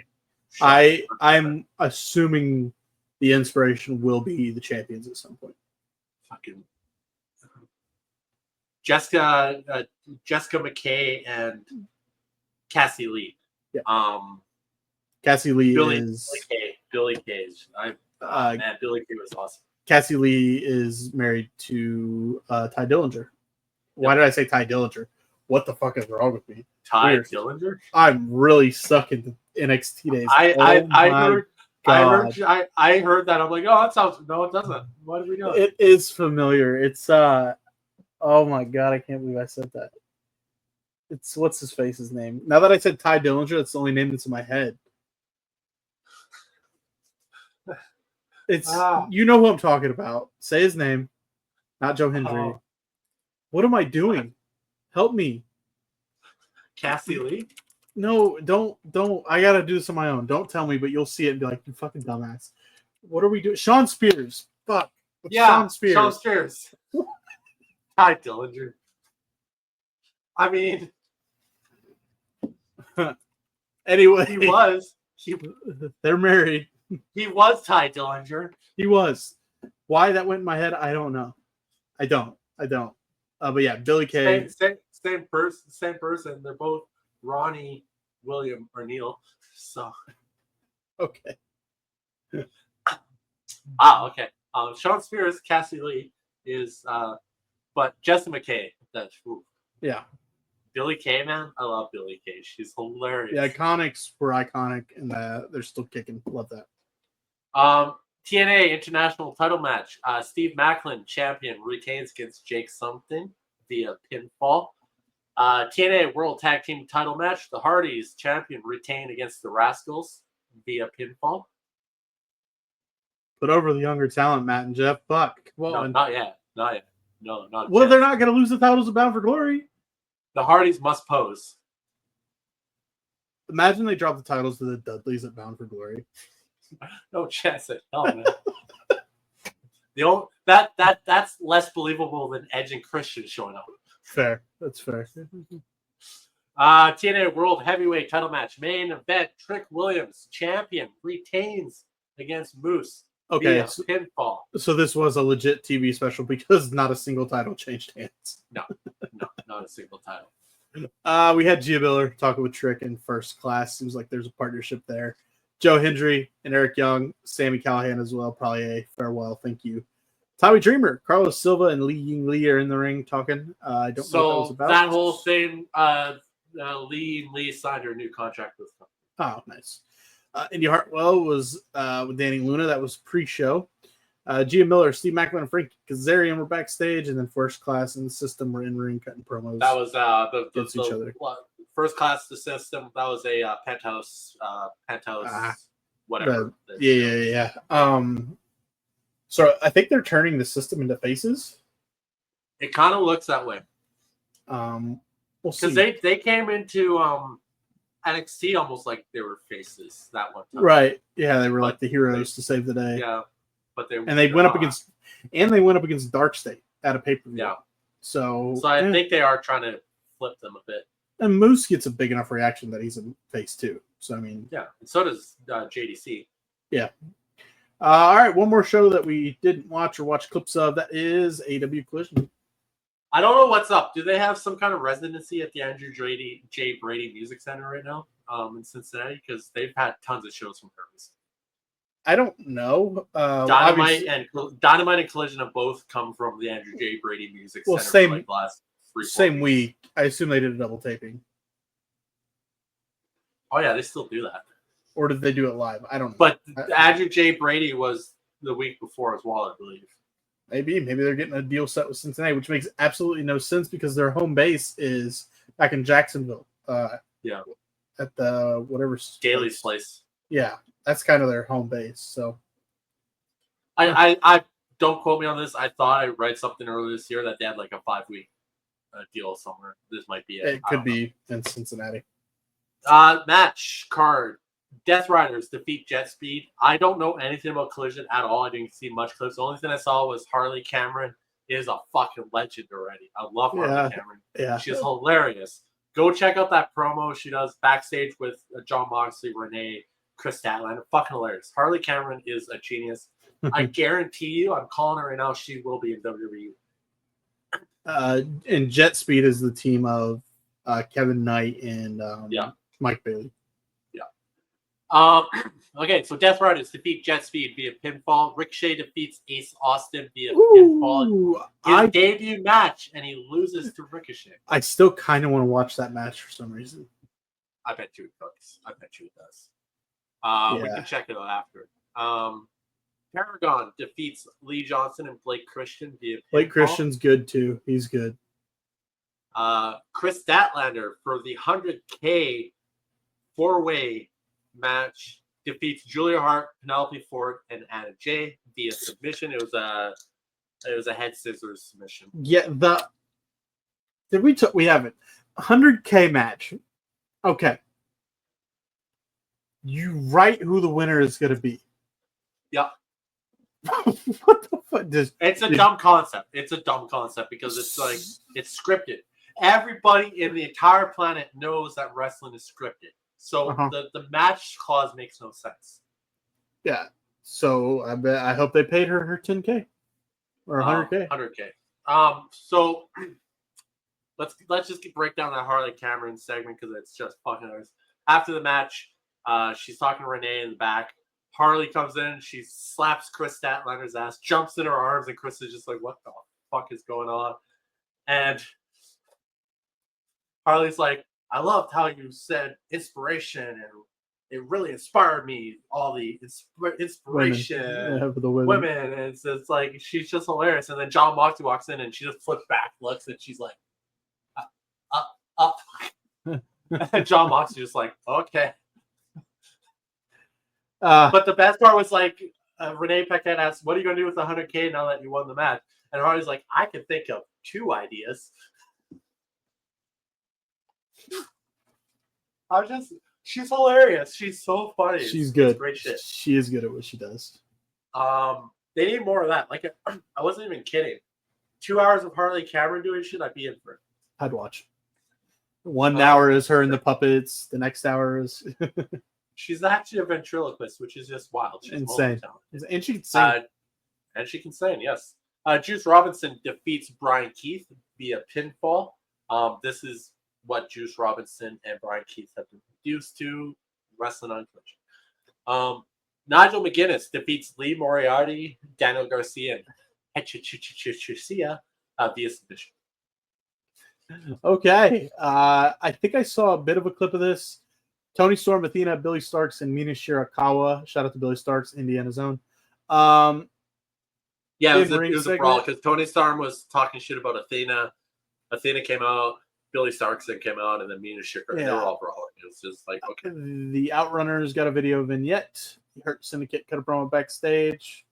The Hurt Syndicate's in the news too. MVP and not liking Mike Bailey or something. Apparently that was just, I don't know, some kind of yes.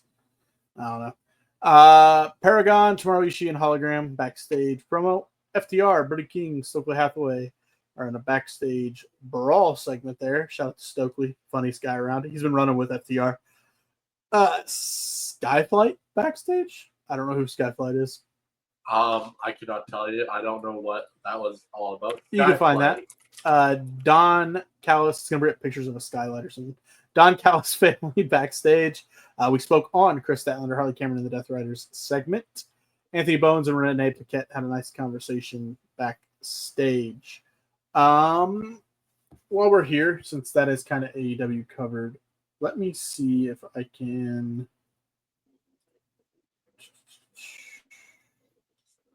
pull this by chance. Who is in Skyflight? AEW. Oh, Skyflight in AEW consists of Christopher Daniels, Scorpio Sky, and Top Flight. Oh yeah, Scorpio Sky is back. Yep, in the fold. So I wanted to check since we're here. Oh yeah, Top Flight. They could end up in WWE one day. They're that talented. It doesn't look like there's anything announced for All Out. Besides the fact that it's MJF and Adam Page. That's it. That's all we got so far. Well, Edge Will and Christian Ospreay are gonna be Edge and Chris. No, there's tons of stuff announced for All Out. Why is it? I'm not pulling anything up on Google. That's why I'm confused. Dude, there's a lights out cage match between everybody. I sent you all that. I know you did. This week. But I'm not seeing anything for All Out. Edge and Christian are going to be taking on fucking Hurt Syndicate, guaranteed. Oh no, I'm sorry. I don't know what is though. I sent you Forbidden Door. Yeah, we have nothing for All Out right now. Oh, that's right. Besides MJF and Adam Page. Because Forbidden Door has the lights out steel cage match. The Death Riders, Gabe Kidd, Young Bucks versus Darby Allin. Here. This is so tiny. Tanahashi.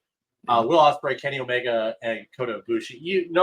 I make fun of that because like, oh, we got nothing for you guys. Just fucking go to cage. This is 10 dudes in a normal sized cage that are all pretty much uber talented. Like Tanahashi's at the end, but it's fine. Yeah, but I mean, you got the Young Bucks, Gabe Kidd, Claudio Castagnoli, Jon Moxley, Kenny Omega, Kota Ibushi, Will Ospreay, Darby Allin, and then a legend in Tanahashi. It's like this match is gonna just be insane. That's gonna be great. Kyle Fletcher versus Takahashi. Takahashi's hilarious. He's the dude who came out in that fucking suit, that giant, the giant suit at the last New Japan Pro show we watched. When is got MJF, Adam Page at Forbidden Door, Chris Statlander, and I got that now. That's the show. I got it now. That's the show in London. Yeah. Time with Tony Storm, Athena. Edge and Kate Christian versus Nick Wayne and Kip Sabian. Okay, that's weird.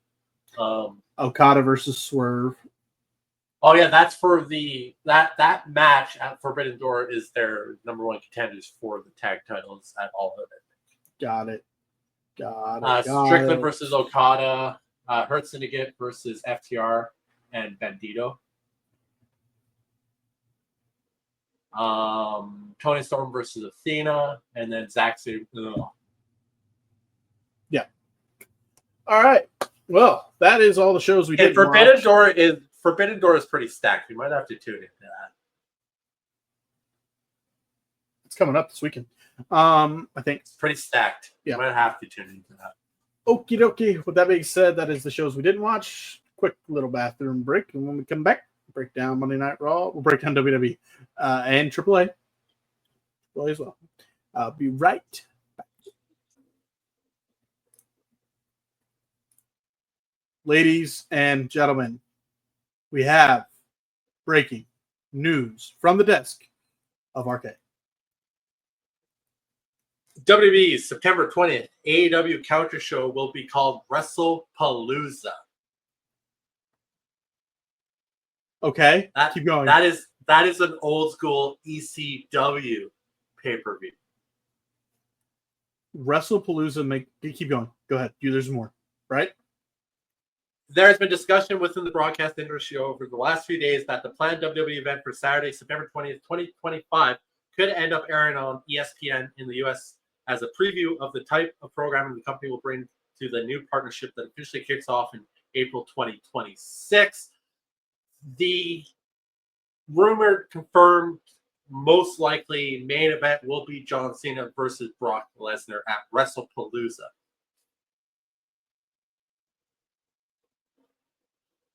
What?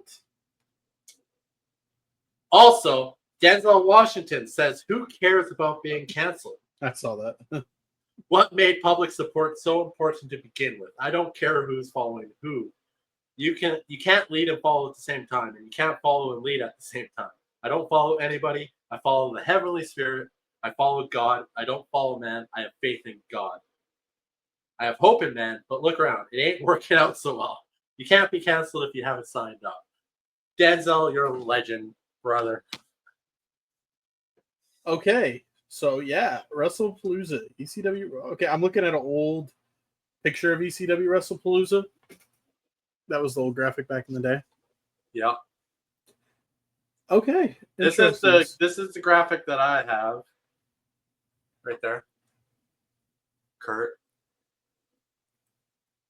Okay. This is kind of making some sense with the ESPN partnership that was announced. Huh. Because it was, I wonder how they would do that because it wasn't a scheduled pay-per-view or PLE. So I wonder if they can brand it as a special or some sort and then just give it to ESPN, right? I wonder how that works. Yeah.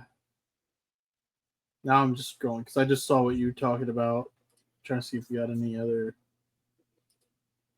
Doesn't look like it. But wow, okay. If that's in Indianapolis, that's huge for the city. I'm not gonna lie, that's pretty big.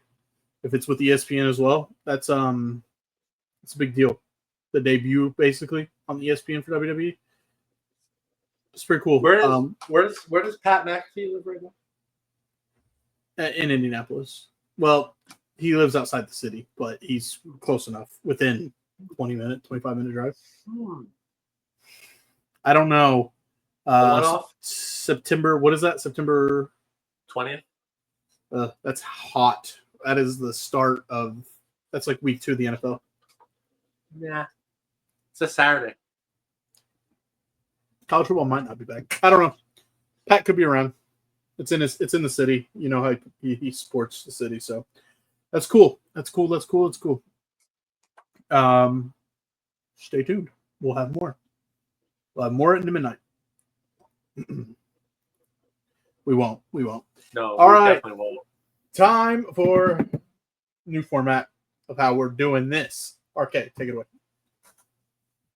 I don't think you got to announce every time. I just like giving. This is your baby, so I'm letting you take it. Well, I just anybody that has watched this will know that it's a new format, and anybody that hasn't watched this won't even know it was ever an old format. But people that are watching that may be new should know that this is your baby. You did this. For you, Huh? I don't know. Monday, August 11th, 2025, from the Videotron Center and yes, Center. What a in Canada name. is, yeah, no, and Center in Canada is spelled TRE. It's a French thing. Quebec City, Quebec, Canada. Match card: El Grande Americano, Dominic Mysterio defeat Dragon Lee and AJ Styles. This match, I remember this now. This WWE went on a run until SmackDown this week of having really lazy booking. Yes. God, yes. This match just, yeah, okay, sure, why not? I mean, El Grande Americano, Dominic Mysterio, Dragon Lee makes sense because they were in the AAA match that upcoming weekend. Throw AJ Styles in there because of the thing with Dominic Mysterio. I mean, it was an okay match, but it just lazy booking. Like 2 weeks in a row in Raw. Like, honestly, you didn't really miss much by us missing 3 weeks because it's just been lazy booking. It really has. SmackDown started the ball rolling with that, by the way. Sami Zayn defeats Rusev via DQ when Sheamus got involved. Yeah, Sheamus got involved. Yeah, another. I don't know why.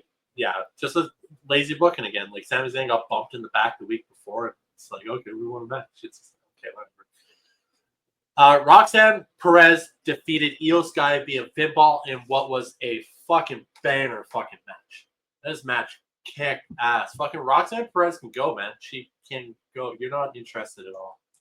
Nope. I have just thought of something, and I have something to help throw in. Go ahead. No, you're good. I was just helping out once we get done.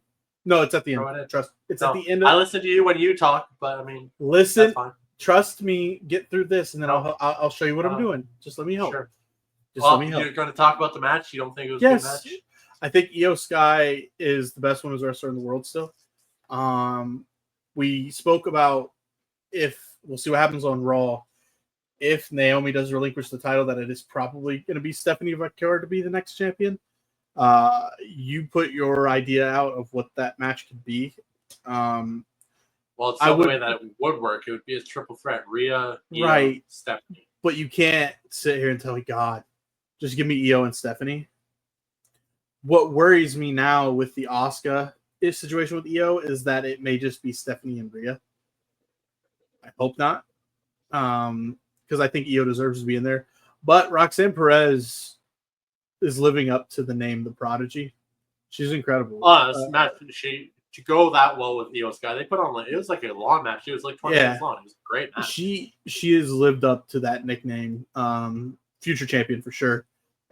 She's good. She knows what she's doing. And when Liv comes back, she's got a headline feud right there when it happens. So she's not going anywhere. Io. I was talking about Roxanne. Io. Well, of course she's not going anywhere. Io, I worry because I think, this is me personally, I think she's the best in the world. I think Io, they're going to drag now her to feud with Asuka, and Kairi's going to be in the middle of that, and it kind of takes her out of the title picture, which is fine. You don't always have to have everybody in the title picture, but it's hard to envision Io not being in the title picture right now because of how hot she's been. But yeah, but they're giving her a better story than when she held the title.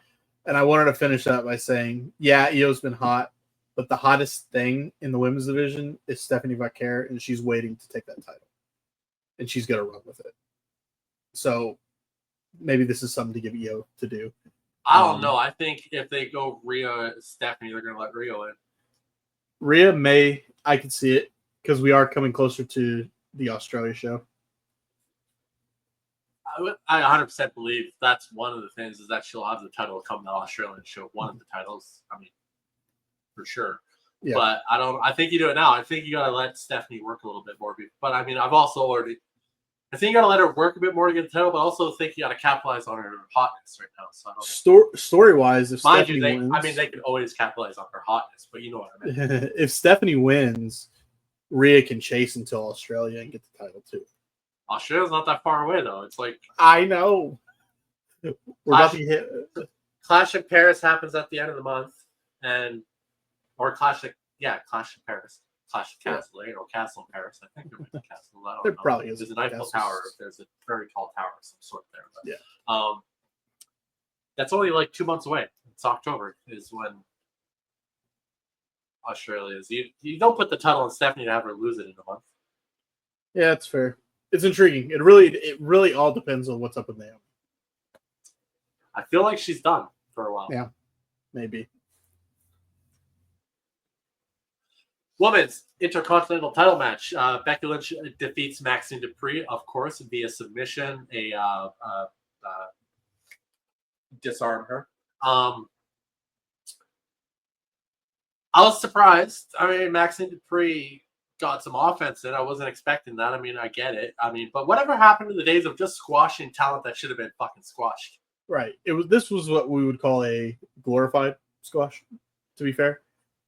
Yeah, in a way, but I mean, I know you don't want You knew Maxine wasn't winning. You know, she should be squashed by Becky Lynch. Yeah. That's really all there is to that. I mean,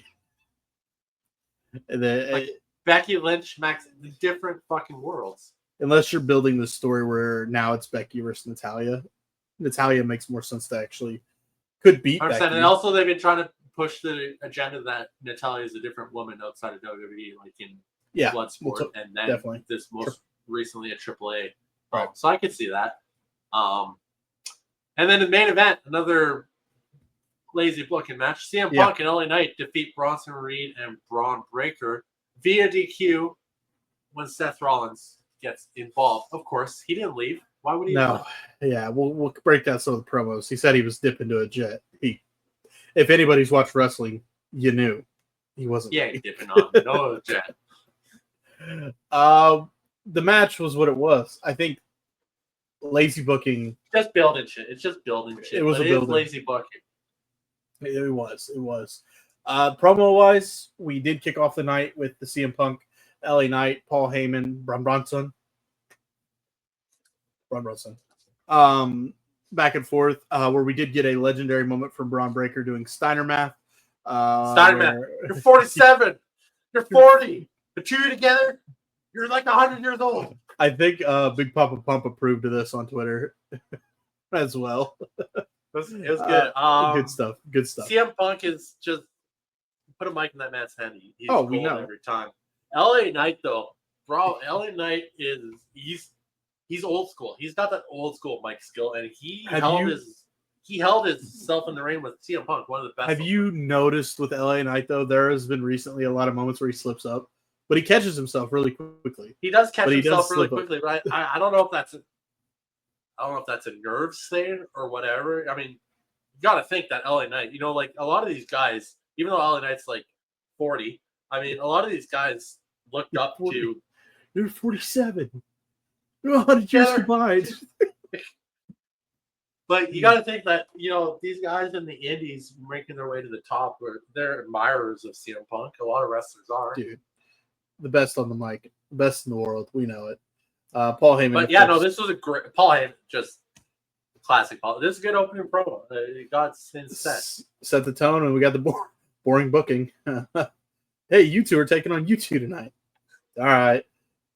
It's always been tag team matches too. It's fucking Teddy Long 101. Playa. It's either Teddy Long or Tony Khan. Like fucking Tony Khan and his fucking. Even though Teddy Long would have thrown a playa tonight, you go on a 1-on-1 with the Undertaker. But he was always booking tag team matches. Backstage, Judgment Day, at El Grande Americano. Dom shows up with El Grande Americano. Great. And I don't know what I have no fucking clue what was said in this promo because in the background, fucking El Grande America, he was fucking playing darts. He was fucking just Raquel.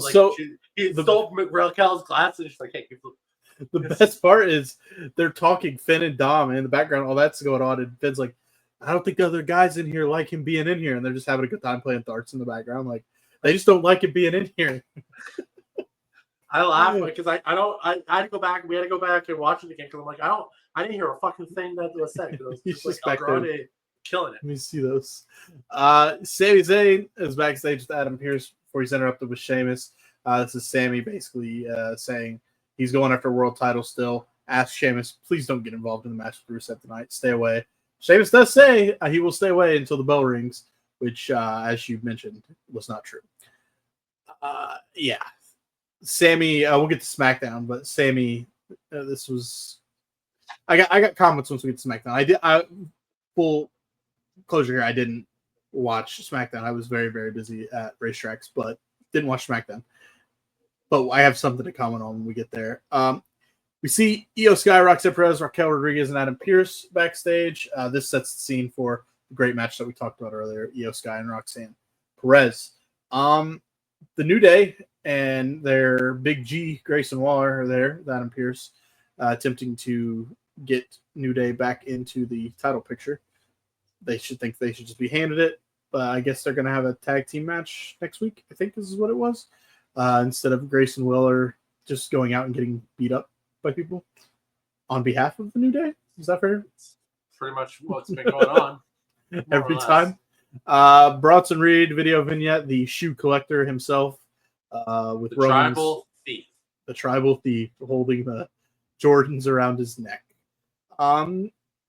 This Io Sky Kabuki Warriors segment was fine. It was almost like if you watch wrestling, you saw the signs, because Kabuki Warriors wanted to accompany Io to the ring. She said no, she's got it on her own. And you kind of, the way things walked, you're like, didn't like that. Could be something coming. We'll talk about that in a second. Jey Uso and LA Knight are backstage. I don't know why I'm forgetting that promo a little bit myself, to be honest. I think it was just because Jey Uso he wants the world heavyweight. Wants the world title, and LA Knight's like, you got to get in line because I'm up next for that world title. Some shit like that. Yeah, classic. Yeah, yo, you can't just.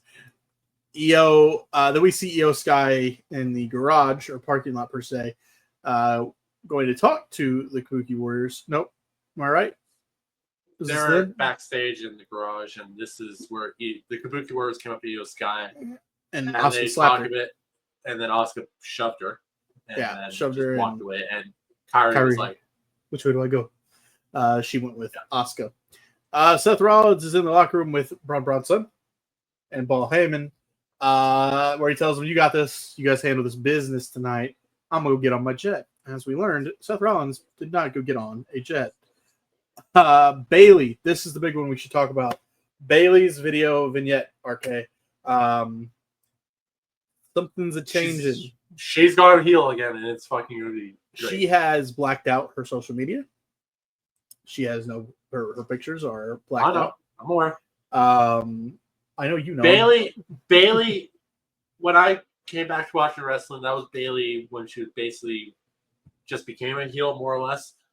And that's all I really knew of Bayley right off the hop. I didn't know the whole hugger fucking phase and all that stuff. Yeah. And like I fell in love with Bayley's character and her character work and everything, and the game done and like all that shit.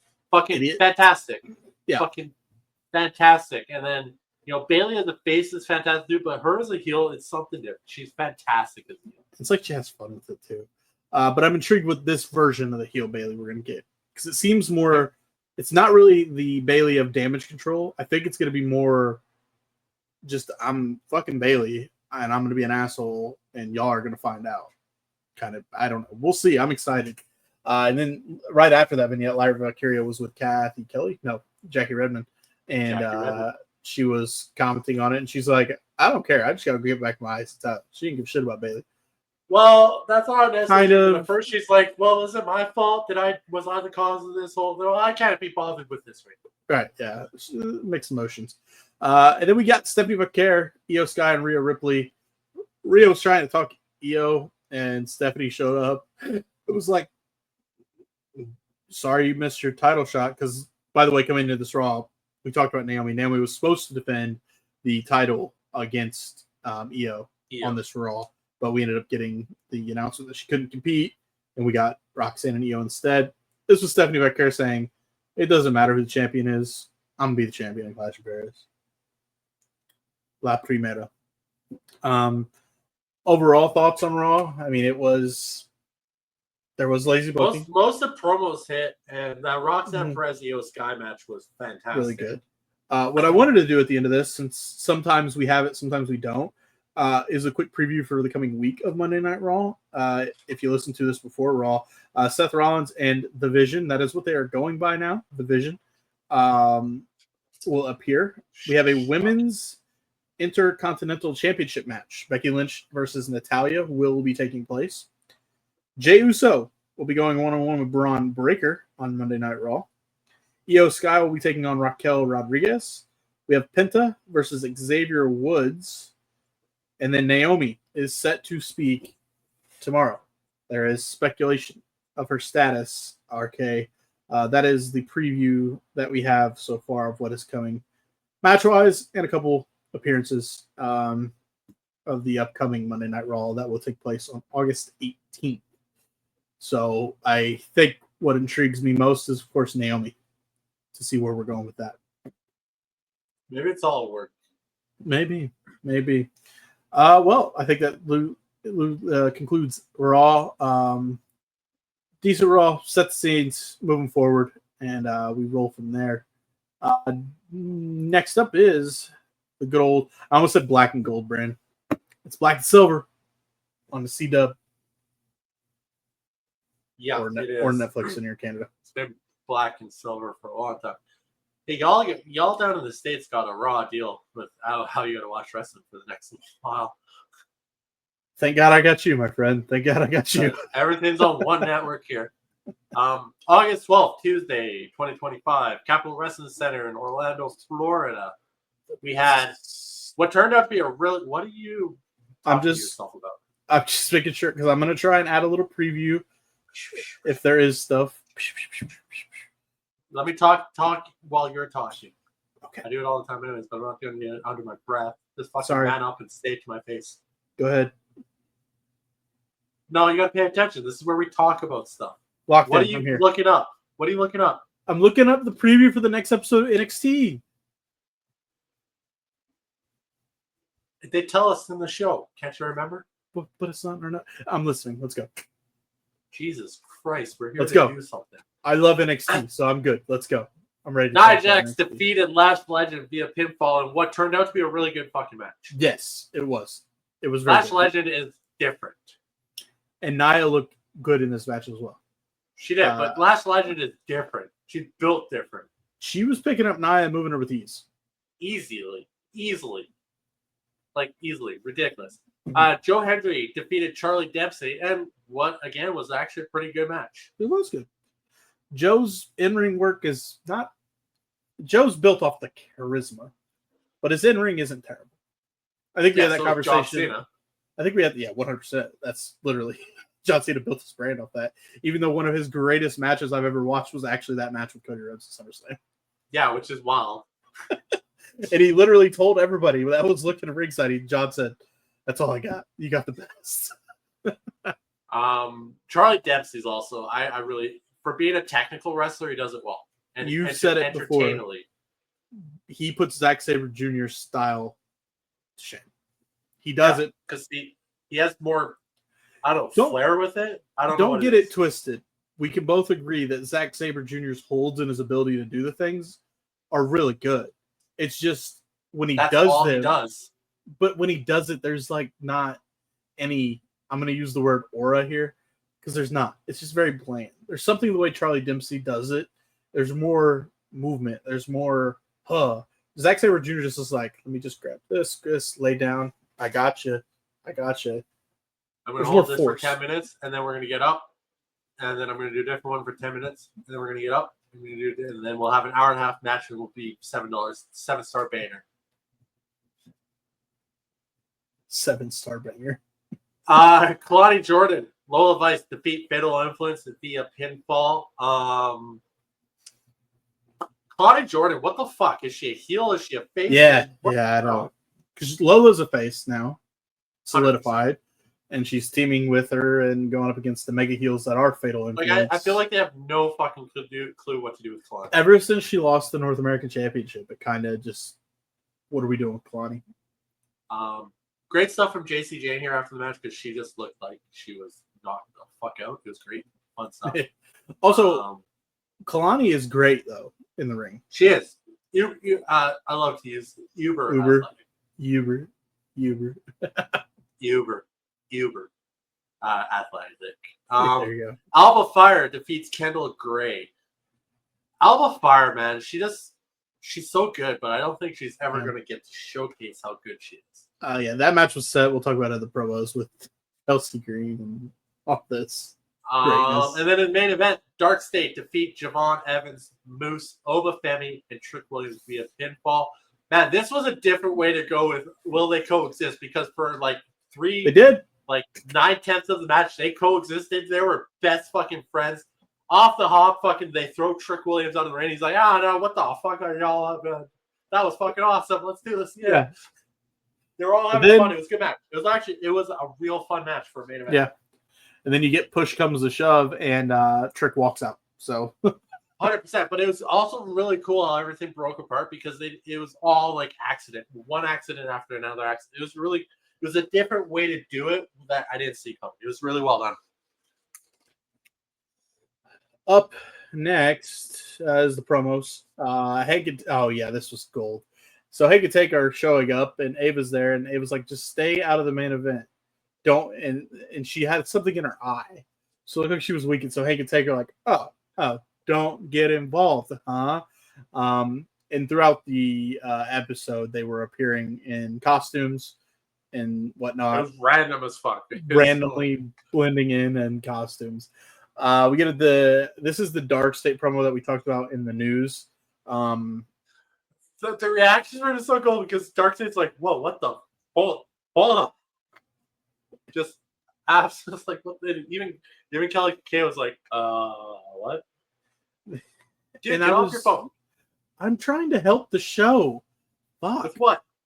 I want to just do previews after we're done. I wanted to be ready and prepared, but you don't let me. Dude, just wait till the end of the fucking thing and then do it. Yeah, but then it's awkward pausing, and I'm sitting here scrolling because I can't find it. I do it anyways. Nobody's watching us anyhow. What the fuck does it matter? No, there's people watching. Chelsea Green and the Secret Herbis are backstage. This was good because they're trying to figure out who exactly Tavion Heights is getting to get a hold of Chelsea Green. Oh, yeah, it's good. Chelsea Green is just going through the roster. So she's got a checklist of like, okay, not you. You're Canadian. Salute to you. Carmen got a pass. It's like, yeah, you're Canadian. You got a pass. And then they got the Kendall Gray, and Kendall is she represented the United States in the Olympics in wrestling. She's like, it must be you.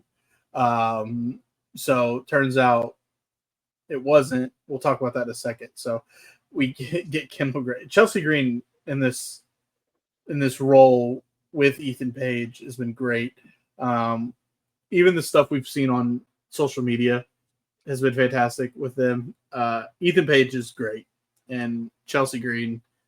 I mean, does it get any more Canadian than Chelsea Green wearing a Canadian tuxedo, Ethan Page wearing a Canadian tuxedo, and Celine Dion? It doesn't get much more Canadian than that. That's Canadian as Canadian gets. If you would have had like, but seriously though, in all honesty, Ethan Page is so fucking good. Yeah. Like, seriously, everything he does is golden. He is gonna, man, when he makes the main roster, he's gonna do shit, man. Up next with Lola Vice, Claudia Jordan, and Jada Parker backstage. This was who was coming after JC Jane conversation, and Jada came in and kind of shut them both down. I was like, no, I got next. I can't fucking Jada Parker, Miss Parker. Yeah. Damn, she shows up, eyes on her. She demands the attention. Jada Parker could be. I can't remember who it was. It might have been Natalia, but I think there was a point in Jada's career where she was thinking of going to like pants for her ring gear, and Natalia. I think it was Natalia. Don't quote me on that. Said, "Nah, girl, you gotta stay with what you got. Stay with what you got." Jada could be the one to dethrone Jordan, or I'm sorry, JC. I could see it. She's getting there. I could see it. From when we first started doing this shit and hated Jada Parker to where she is now, it's night and day. Yes. Because it was the promos that irritated me a bit with Jada. But that's just her. And her in-ring work was still...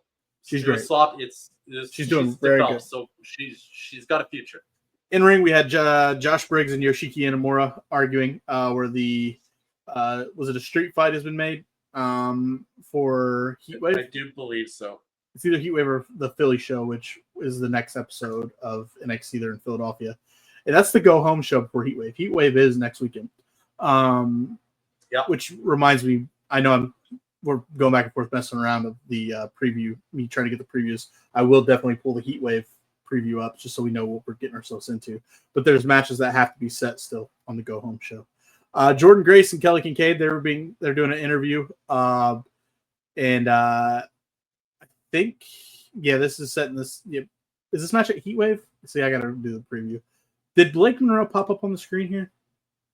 No, this was just Jordan sitting down with Kelly Kincaid and Jordan was talking to him. Jordan. That's right. Jordan. Yeah, I looked. That threw me off. Much love to I do these at like 4 a.m, people. So much love to Jordan and her husband. He suffered a stroke. Was it 2 strokes? Yeah, 2 strokes. 2 strokes. Motherfucker suffered 2 strokes. She found out because of her ring camera seeing the ambulance taking him out of the house. Yeah. And then she called, I don't know who, she called somebody wherever they live, and then she got on a flight at 5 o'clock in the morning. She found out at like 4 a.m. in the morning. She got on a flight by 5:30 with Delta Airlines. She thanked Delta Airlines. I think that's the first time anybody's ever thanked Delta Airlines in their lifetime. And and then she was posting shit online. See, even I know how bad Delta is, and we don't even have them up here. Yeah, that was legit. Anyways, she posted a picture from the hospital room, and it's just like, not him asking the doctor if he can wrestle this weekend. Yeah, that's a professional wrestler for you. Doc, tell me I can go. Doc, please tell me I can go. What do we got here? Obafibi, Javon Evans, Moose, Trick Williams. They're backstage, and this is where I hinted at Hank and taking their They're fucking like spraying for bugs or something. Bug spray. Yeah, they were the exterminators. This was them making sure we're on the same page, which, as you said, they were until the end when Trick walks out. Jasper Troy video vignette about his upcoming match against Ricky Saints. Just saying he's a beast. He's a monster. We will see. Ethan Page, Tavion Heights are in the ring. About, we took care of Kendall Gray, and he's like, that's not even who I picked. She's great, but that's not who I got.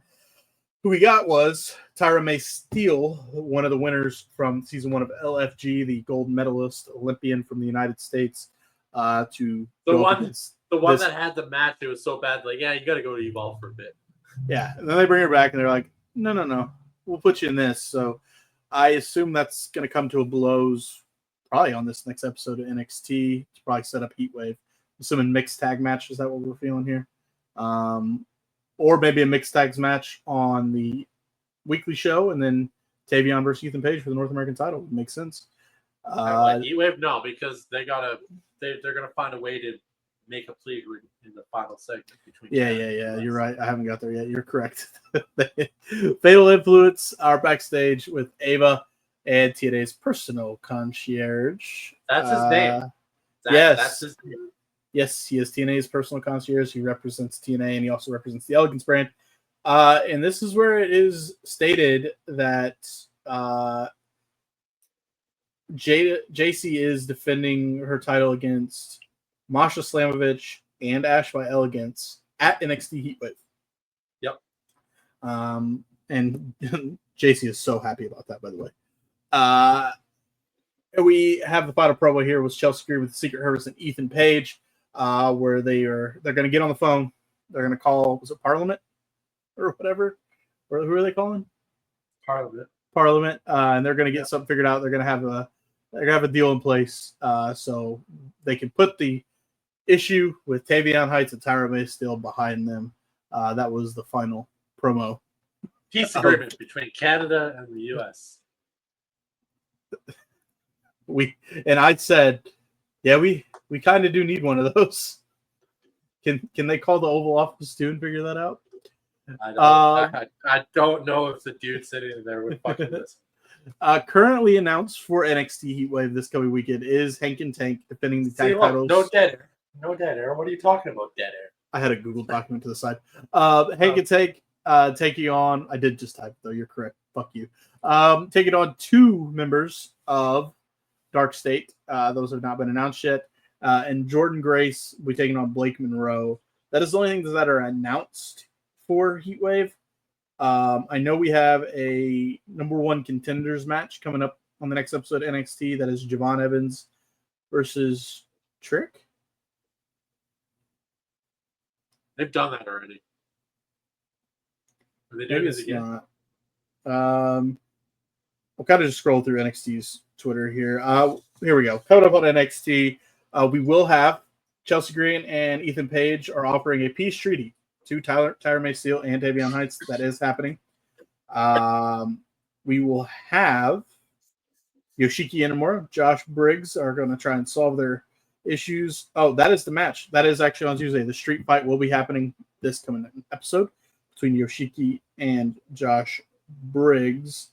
And yes, I was correct. Trick Williams versus Javon Evans, number 1 contenders match this Tuesday. Winner will face Olufemi. That's about it. And the cool thing, honestly, trying to find a preview for NXT, it's kind of pointless because I feel like we don't even know half the time going in. And they just like, here we go. Here's what we got going on. So NXT doesn't miss though on their papers. No, that's what they do really well. With that being said, that's a little bit of a preview.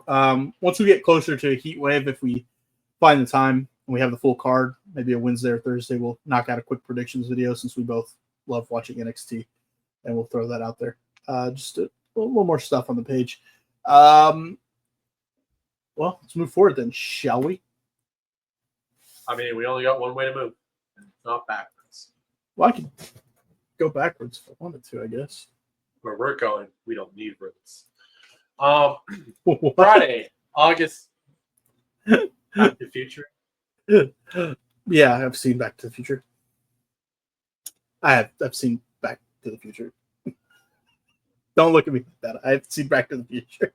Friday, August 15th, 2025, at the TD Garden in Boston, Massachusetts. You want to try that again? Boston, Massachusetts. Massachusetts. Match card. Alexa Bliss defeats Piper Niven via pinfall. This was a throwaway match, but post-match, Piper Niven, Vader bombs Alexa and Charlotte. Do you think that was right, or was it just Alexa? Fuck, I just watched this. The Miz and Carmelo Hayes defeat Fraxium. What a fucking match, dude. Fucking yeah. The clips Holy I saw, fuck. like I said, I didn't watch. Sadly, I was busy. I saw the clip of Carmelo Hayes reversing a Nathan Frazier top rope attempt into a cutter. It looked so fucking clean. Fraxium's so good. We already know that. But Carmelo can go, and The Miz is The Miz. This was a great match. The Miz stole the pin from Carmelo in his hometown. Yeah, which was fantastic. It's good shit. The Miz. Street Profits defeated DIY in another banner match. I mean, the Street Profits, man, they're so. But the tag team division in SmackDown is just off the charts. It's just the best thing going around. Period. Can I go time out real quick? I said I didn't watch SmackDown. There was only 1, 2, 3, 4 matches. It's a 2-hour show, dude. Only 4 matches? That's crazy. They usually only have 4 matches. What are you fucking talking about? You're right, but like when you look at it typed out like this, it just looks like I don't know. Like I feel like there was a 2-hour show. There's always like 4. But AEW does usually AEW also has like 5 of those 12 matches lasted a minute and 10 seconds. Fair enough. Main event: Sami Zayn, Jimmy Uso, Jacob Fatu defeat the MFTs. It was just a match. So the big takeaway was at the end of the match, Sami Zayn and Jacob Fatu shake hands. They embrace. They're all on the same page. We got Sami Zayn, Jimmy Uso, Jacob Fatu all together. Also, I mean, in the first promo, I'm just going to bring this up. Solo Sikoa, MFT, Sami Zayn. Solo Sikoa says, "I'm still champion. And if y'all don't like it, too bad." Solo is just fucking awesome. Solo is the best. Sami Zayn announces in this promo that he is now on SmackDown full time. Remember when Paul Heyman said, "Hey, Sammy, I knew it. That's what I was going I to say can too. send you to SmackDown, and I'll give you a World Championship match." And he said no. And then 5 weeks later, he's on fucking SmackDown teaming up with Jimmy and Jacob Fatu. And he's going to go after the United States Championship. And he's going to go after the United States Championship. It's all a big story, though. No, it's not all big. It's horrible fucking booking, what it is. It's something. It's forgetting your storyline or not having a big enough plan ahead for somebody. Like, what are we doing? It's a glaring issue, and it's horrible. It just it's bad. It's bad optics. It looks bad. Fair enough. All right. Well, you already hinted at the first promo of the night. You're actually gonna help me here. Chelsea Green and the Secret Service backstage promo. Oh, Chelsea Green was just saying that the cake spot the previous week it was just dangerous. You can't be doing that. Dangerous. Dangerous. I love it. We have Jade Cargill, Tiffany Stratton, and Nia Jax are backstage. They're just all talking about the fucking title. Who's like got Jade next? Cargill wants the title. Nia Jax wants next. It's just like okay, typical. Kiana James, Tiffany Stratton, and Michin. This was Kiana attempting to recruit Tiffany. Kiana was attempting to recruit Tiffany. Tiffany didn't want anything to part of. Then Michin comes in and was asking where the fuck is the people she wants to beat up. Okay. Because Michin just wants to beat the shit out of people. Drew McIntyre in ring promo. Drew's so good. He's just talking shit the whole time. It's fantastic. I don't know how to break it down. You got to go watch it because it's just Drew being Drew. It's so good. The Street Profits, B-Fab, Solo Sikoa, and the MFTs backstage. They're just talking shit. I mean, the match is cooked. The promos were okay. They're just talking shit backstage. We had Carmelo and The Miz with Motor City Machine Guns backstage. I'm sure that was some shit talking as well. Yep. As well as R-Truth and Aleister Black. But I heard rumors you said that R-Truth is kind of R-Truth. So he's kind of got a split personality because everyone's like, oh, what the fuck? John Cena's just, we're going to forget the whole thing about Ron Killings cut his hair. No.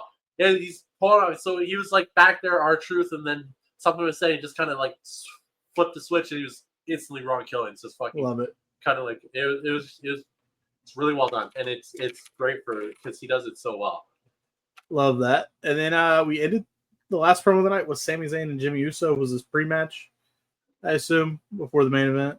Sami and Jimmy probably getting Sami and Jimmy page. Yeah, it's just like Sami and Jimmy are backstage. It's like, it's just like old times. But Jacob Fatu is like, I don't know about this man. He's not 100% like on board yet until after the match. They they're in for it.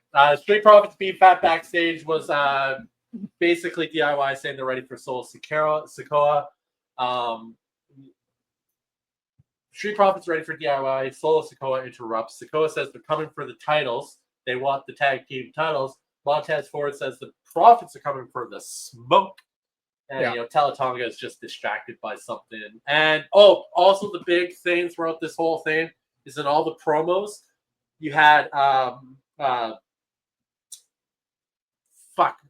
why can't I remember the Wyatts? The Wyatts, the big red hair dude. What's his name? Eric Rowan. Eric Rowan was in the background of one of them. During the Tiffany Stratton, Jade Cargill shit. Tiffany Stratton, Kiana James shit. Nikki Cross was in the background. You had Uncle Howdy in the background of one of the promos. They were in the backgrounds of all the promos tonight. I like that. It was cool shit. Just look at my notes here because I did take notes on this.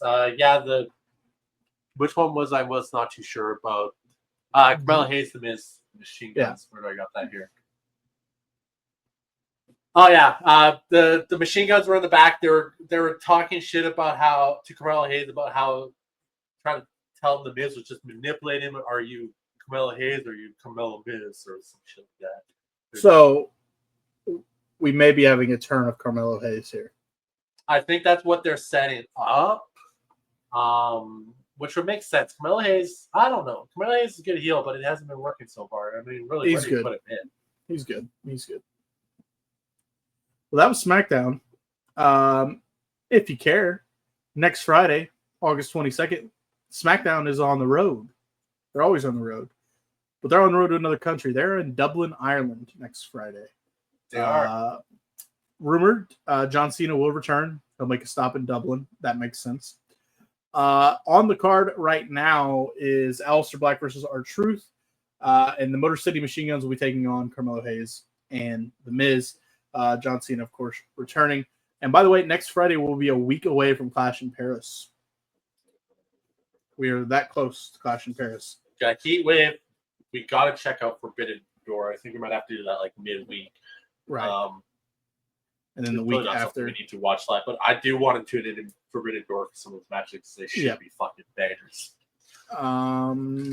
Other than that, nothing else really going on. But by midweek, I should be able to get it. Yes, I forgot RK has that ability.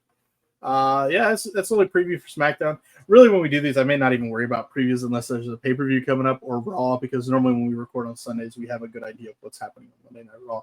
Other than that, nothing else.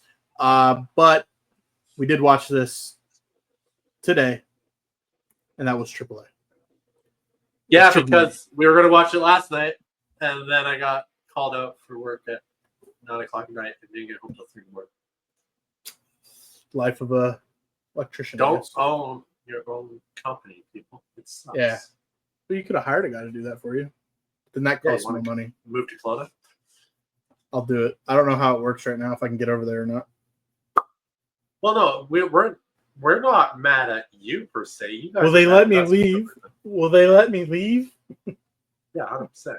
Apparently, they ain't letting Canadians leave the States. Yeah. There's been lots of stories where they're held there for no fucking reason. It's fucking ridiculous. Got to get that agreement. We're Canadians. We're the friendliest people on the planet Earth. What's going on here? It's true. August 16th, 2025, Saturday, Arena CDMX in Mexico City, Mexico. On this match card, we had some promos, but Mania. Sorry, I wanted to throw that in there. Fucking and AEW fans, y'all just need to stop. You need to cope. Like, this is the theme of the week, is coping. Go see a therapist. Go talk to somebody. Oh, AAA. Fed fans don't even like flippy shit. Now they're all of a sudden like this because they're owned by WWE. Like, CMLL is the real fucking Mexican wrestling in Mexico, and AAA is just kind of looked at like a joke anyways. Then fuck off. Anyways, Copa Bardol, which is basically Battle Royale. Well, it is 14, Battle Royale, 14 individuals. 14 individuals. Omos, surprise return at number 13, wins the whole thing. He defeats La Parca, Laredo Kid, Joaquin Phoenix, Abismo Negro Jr. Careful. That's his name. Careful. I don't know what to tell you. Negro? Yeah. Abismo Negro Jr. You gotta say it with a little accent. It sounds better. Negro. Taurus, which is Taurus? Beast Mortos wants to fucking Yeah, he did kind of have the get up. I'm not gonna lie, but yeah, but you don't own. You should copyright your shit then. Aerostar, which is basically hologram. Mecha Wolf, who is actually really fucking. I didn't know who Mecha Wolf was, but he fucking goes. Cruz del Toro, Otis. they called her PP Escalareta. Pimpinella Escarlata. Drag queen. Is it Right. drag queen? Yeah. And I've over never seen that in wrestling before. And he's old. She's old. Over, but 56. Been wrestling since like 1988. I looked it up. Over his shit though. Fuck. And had a lot of fun moments with Otis. There was a love thing going on, and then Otis broke his heart. I don't know what's going on. Cybernetico. You're like, I know that name. It's like, yeah, because he's been around forever, and he's been in WWE. 1997 Royal Rumble. Yep. Microman, which is now my favorite wrestler of all time. It's a little person and like not like tiny. If you don't know, look about Microman is literally the name. Literally. There's one moment where Omos clears everything and he goes up and taps Omos and kicks him, and Omos just kind of like kicks the leg back and then taps him again and turns around. He's looking around. He's like, The funniest part was Otis had his back the whole thing, and then he pins Otis to eliminate Otis. oh yeah, He does a little splash from the middle rope. Boom. It was great. After he was stuck in the middle rope for like 10 Omos minutes. just placed him there. Yeah.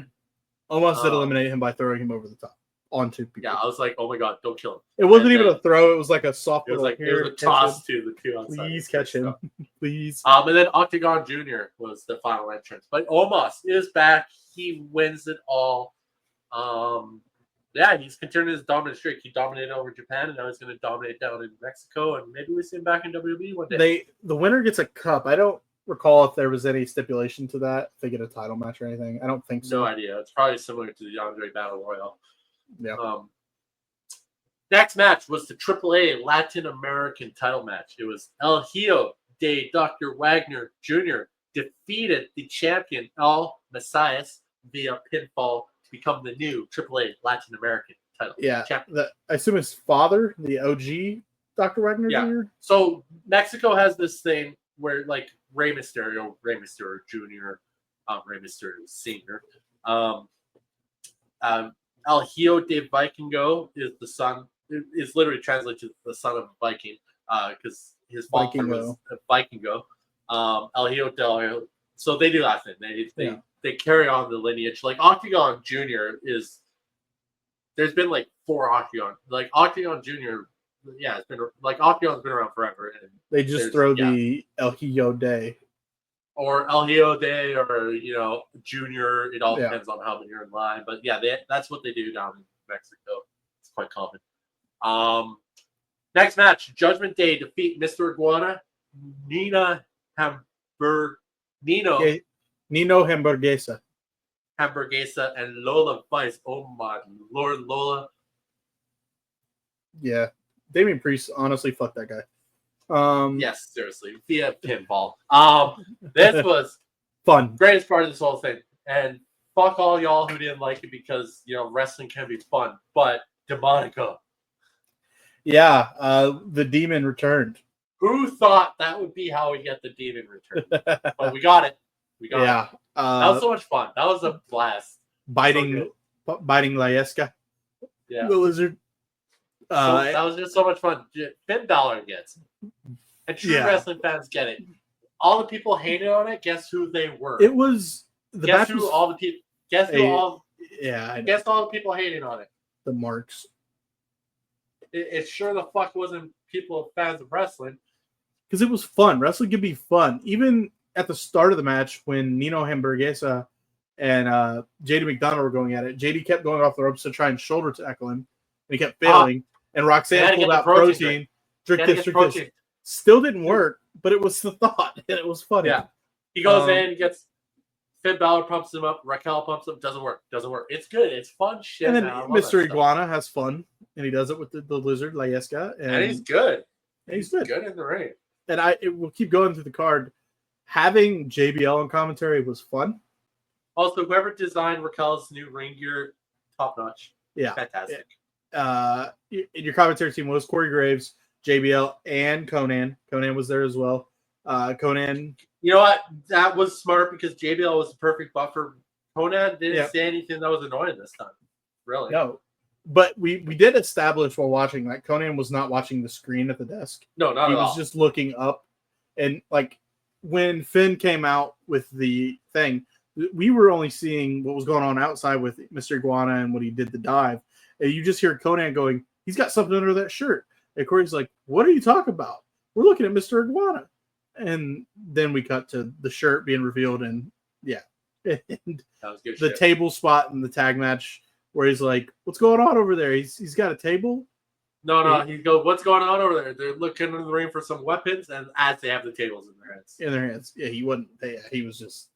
That leads us into that. The AAA World Tag Team Street Fight title match. Pagano and Psycho Clown defeat the champions Angel and Berto via pinfall to become the new AAA World Tag Team champions. I love. This was a fantastic match. Angel and Berto, along with also back in the Battle Royal, Joaquin Wilde, and Cruz del Toro. They're all 4 of them are super talented, and I don't think they get as much respect in the WWE as they should. They don't. But great match. But the big thing I saw it in the tag match that they had for the titles WWE.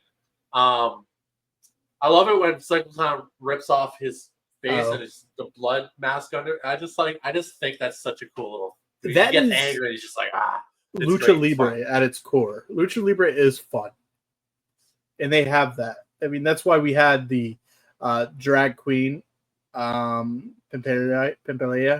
I probably said it wrong. We had Microman.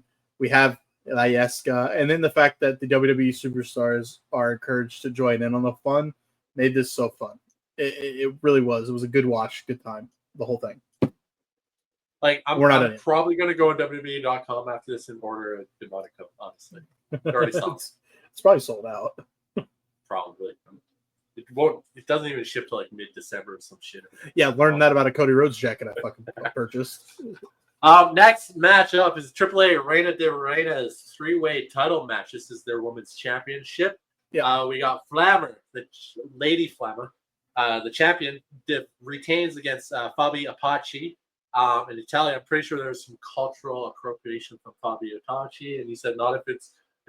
I looked it up. She's not. BFF, I'm just messing around. We're not those people. I think.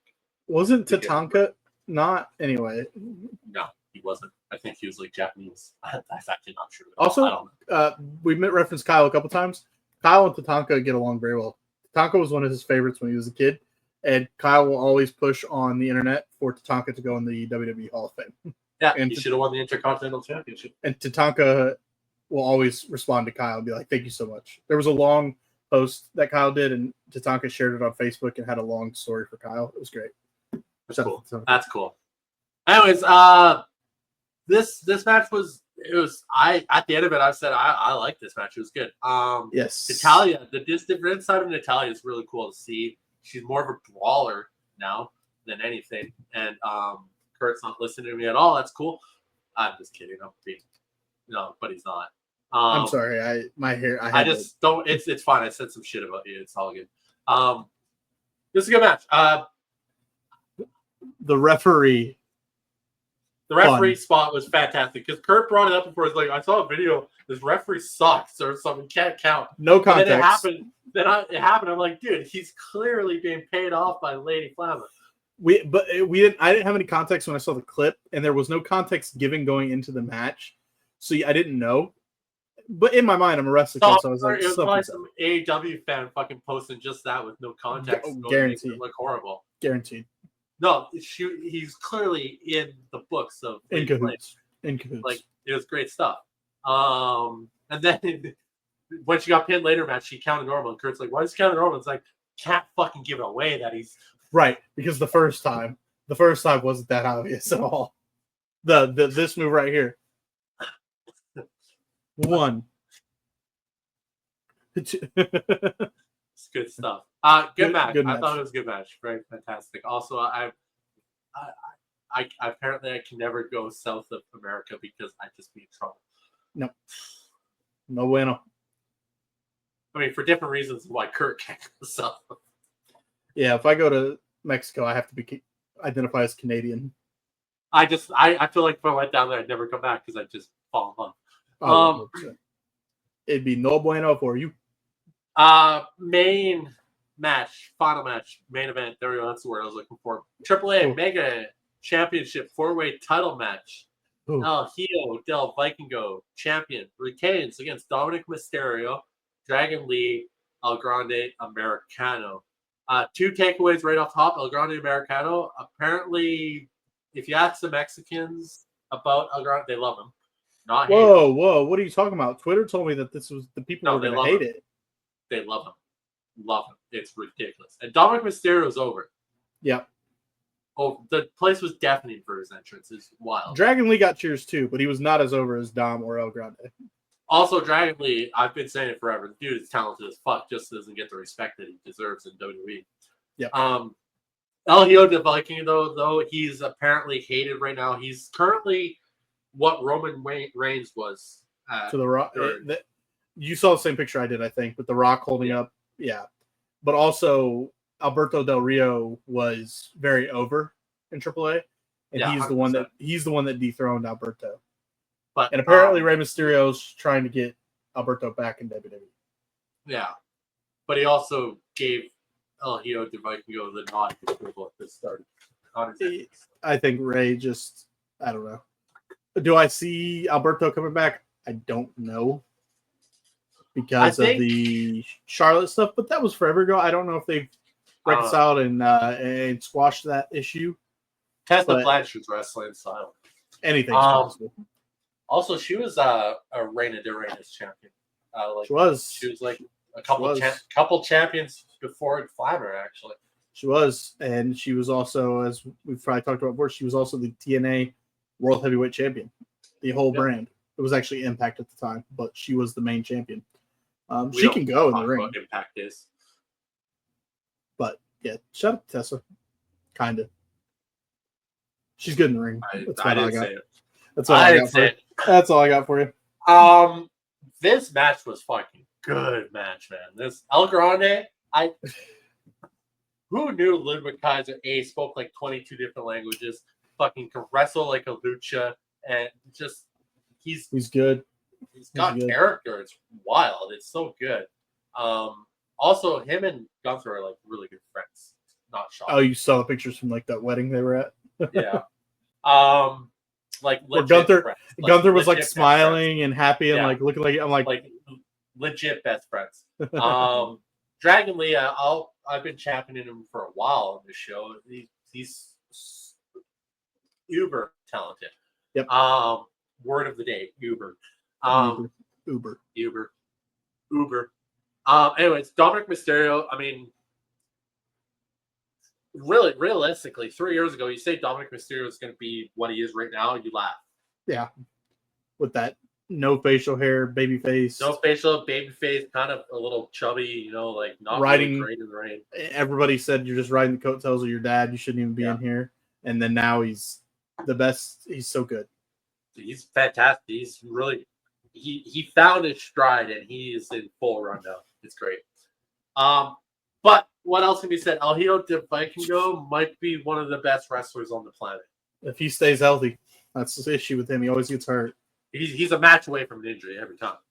My God, though. There's shit he does so seamlessly and smooth. I mean, the sixth. What are we talking about? He does everything he does. It's flawless. He's literally clean. Flawless in the ring.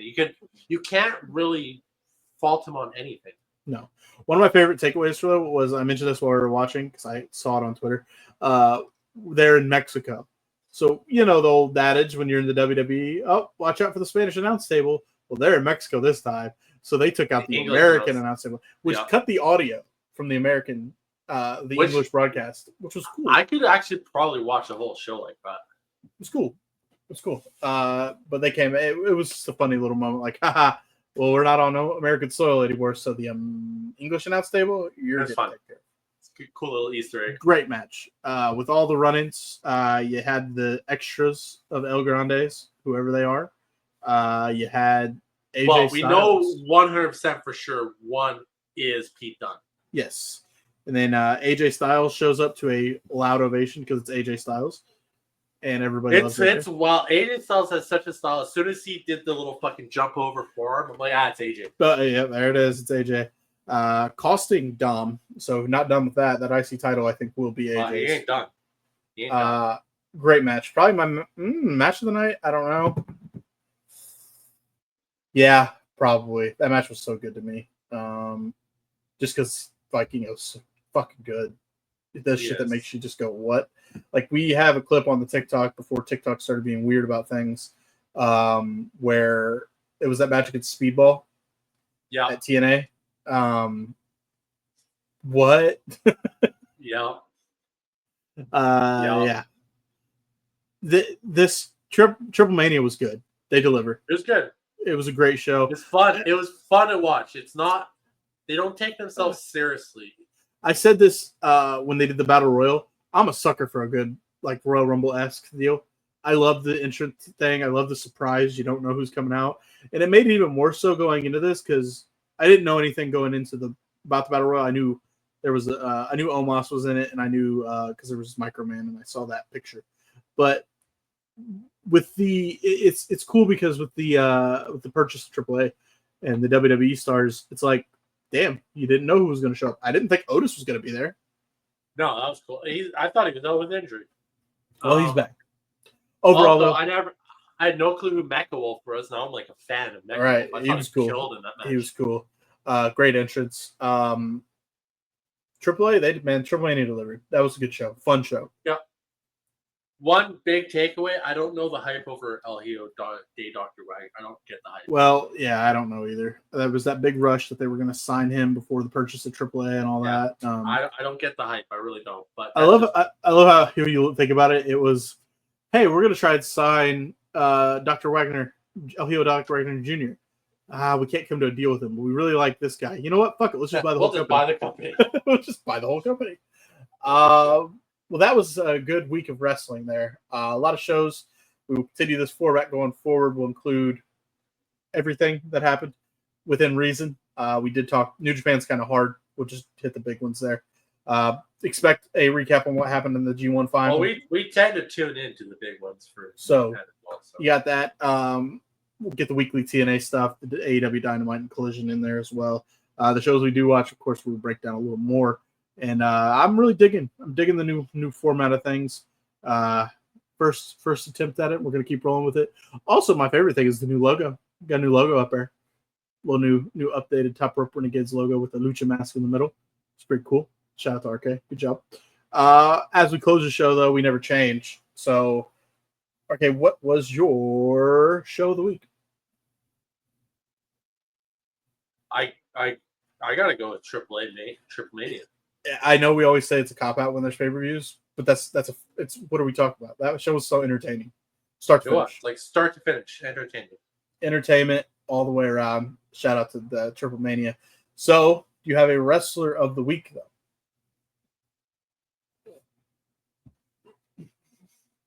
I always have two in case you take mine. Go back to the AAA graphic for a second. Oh, I'm not even. I said his name like twice. All right, fuck, I'm stupid. Mecha Wolf. I got to take Mecha Wolf. I was impressed by what I saw. I was impressed. He stood out. He stood out. I'm not taking anybody for winning. I'm going to Monday Night Raw, and I'm taking Roxanne Perez. She showed out really well in a match with one of the best women's wrestlers in the world, Io Sky. Credit to Roxanne Perez. I thought that match was really good, and she put on a good showing against someone as great as Io. That brings us to a close. No outro video, which is new. I'm sure we'll have one soon. Something. Don't worry, because you gotta have the credit. You gotta have the. This is a new idea. Yep. And we're gonna refine it, but we're just looking. I mean, let's just get into it. So, I thought it was boring. It did. Just read verbatim. It drug on. It was just like we're not here. Like we are here to recap in a sense. We're just here to talk about like whatever. Like talk about shit, make stupid jokes, probably get canceled at some point. I don't know, but like sure. Go off on random tangents. I think that's more fun than anything, and just give our ideas. And if we watch a lot of wrestling and we're gonna forget about shit. Fucking call us out on it. Like I'm sure I got something wrong about one of the backstage segments. I don't know, but we're just more streamlined. How do I put it? I'm not looking so much as trying to. I'm more just want to talk with my buddy about wrestling. Yeah.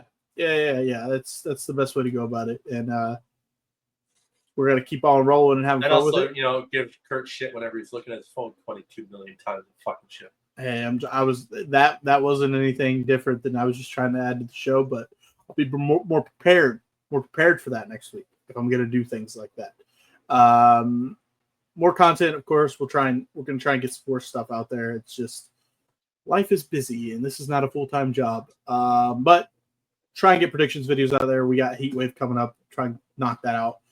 throw that out of the channel. Y'all subscribe and follow and share and like. Maybe this can become full-time job. We can give you videos every day. We can have fun with it. We're going to bring some hockey talk. The season is upon us in the NHL, so I figure maybe me and RK can have some fun and talk about a preview of the NHL season and what we think will happen. And video games are coming. We do have content recorded. It's just we do. We have enough content recorded and we're good.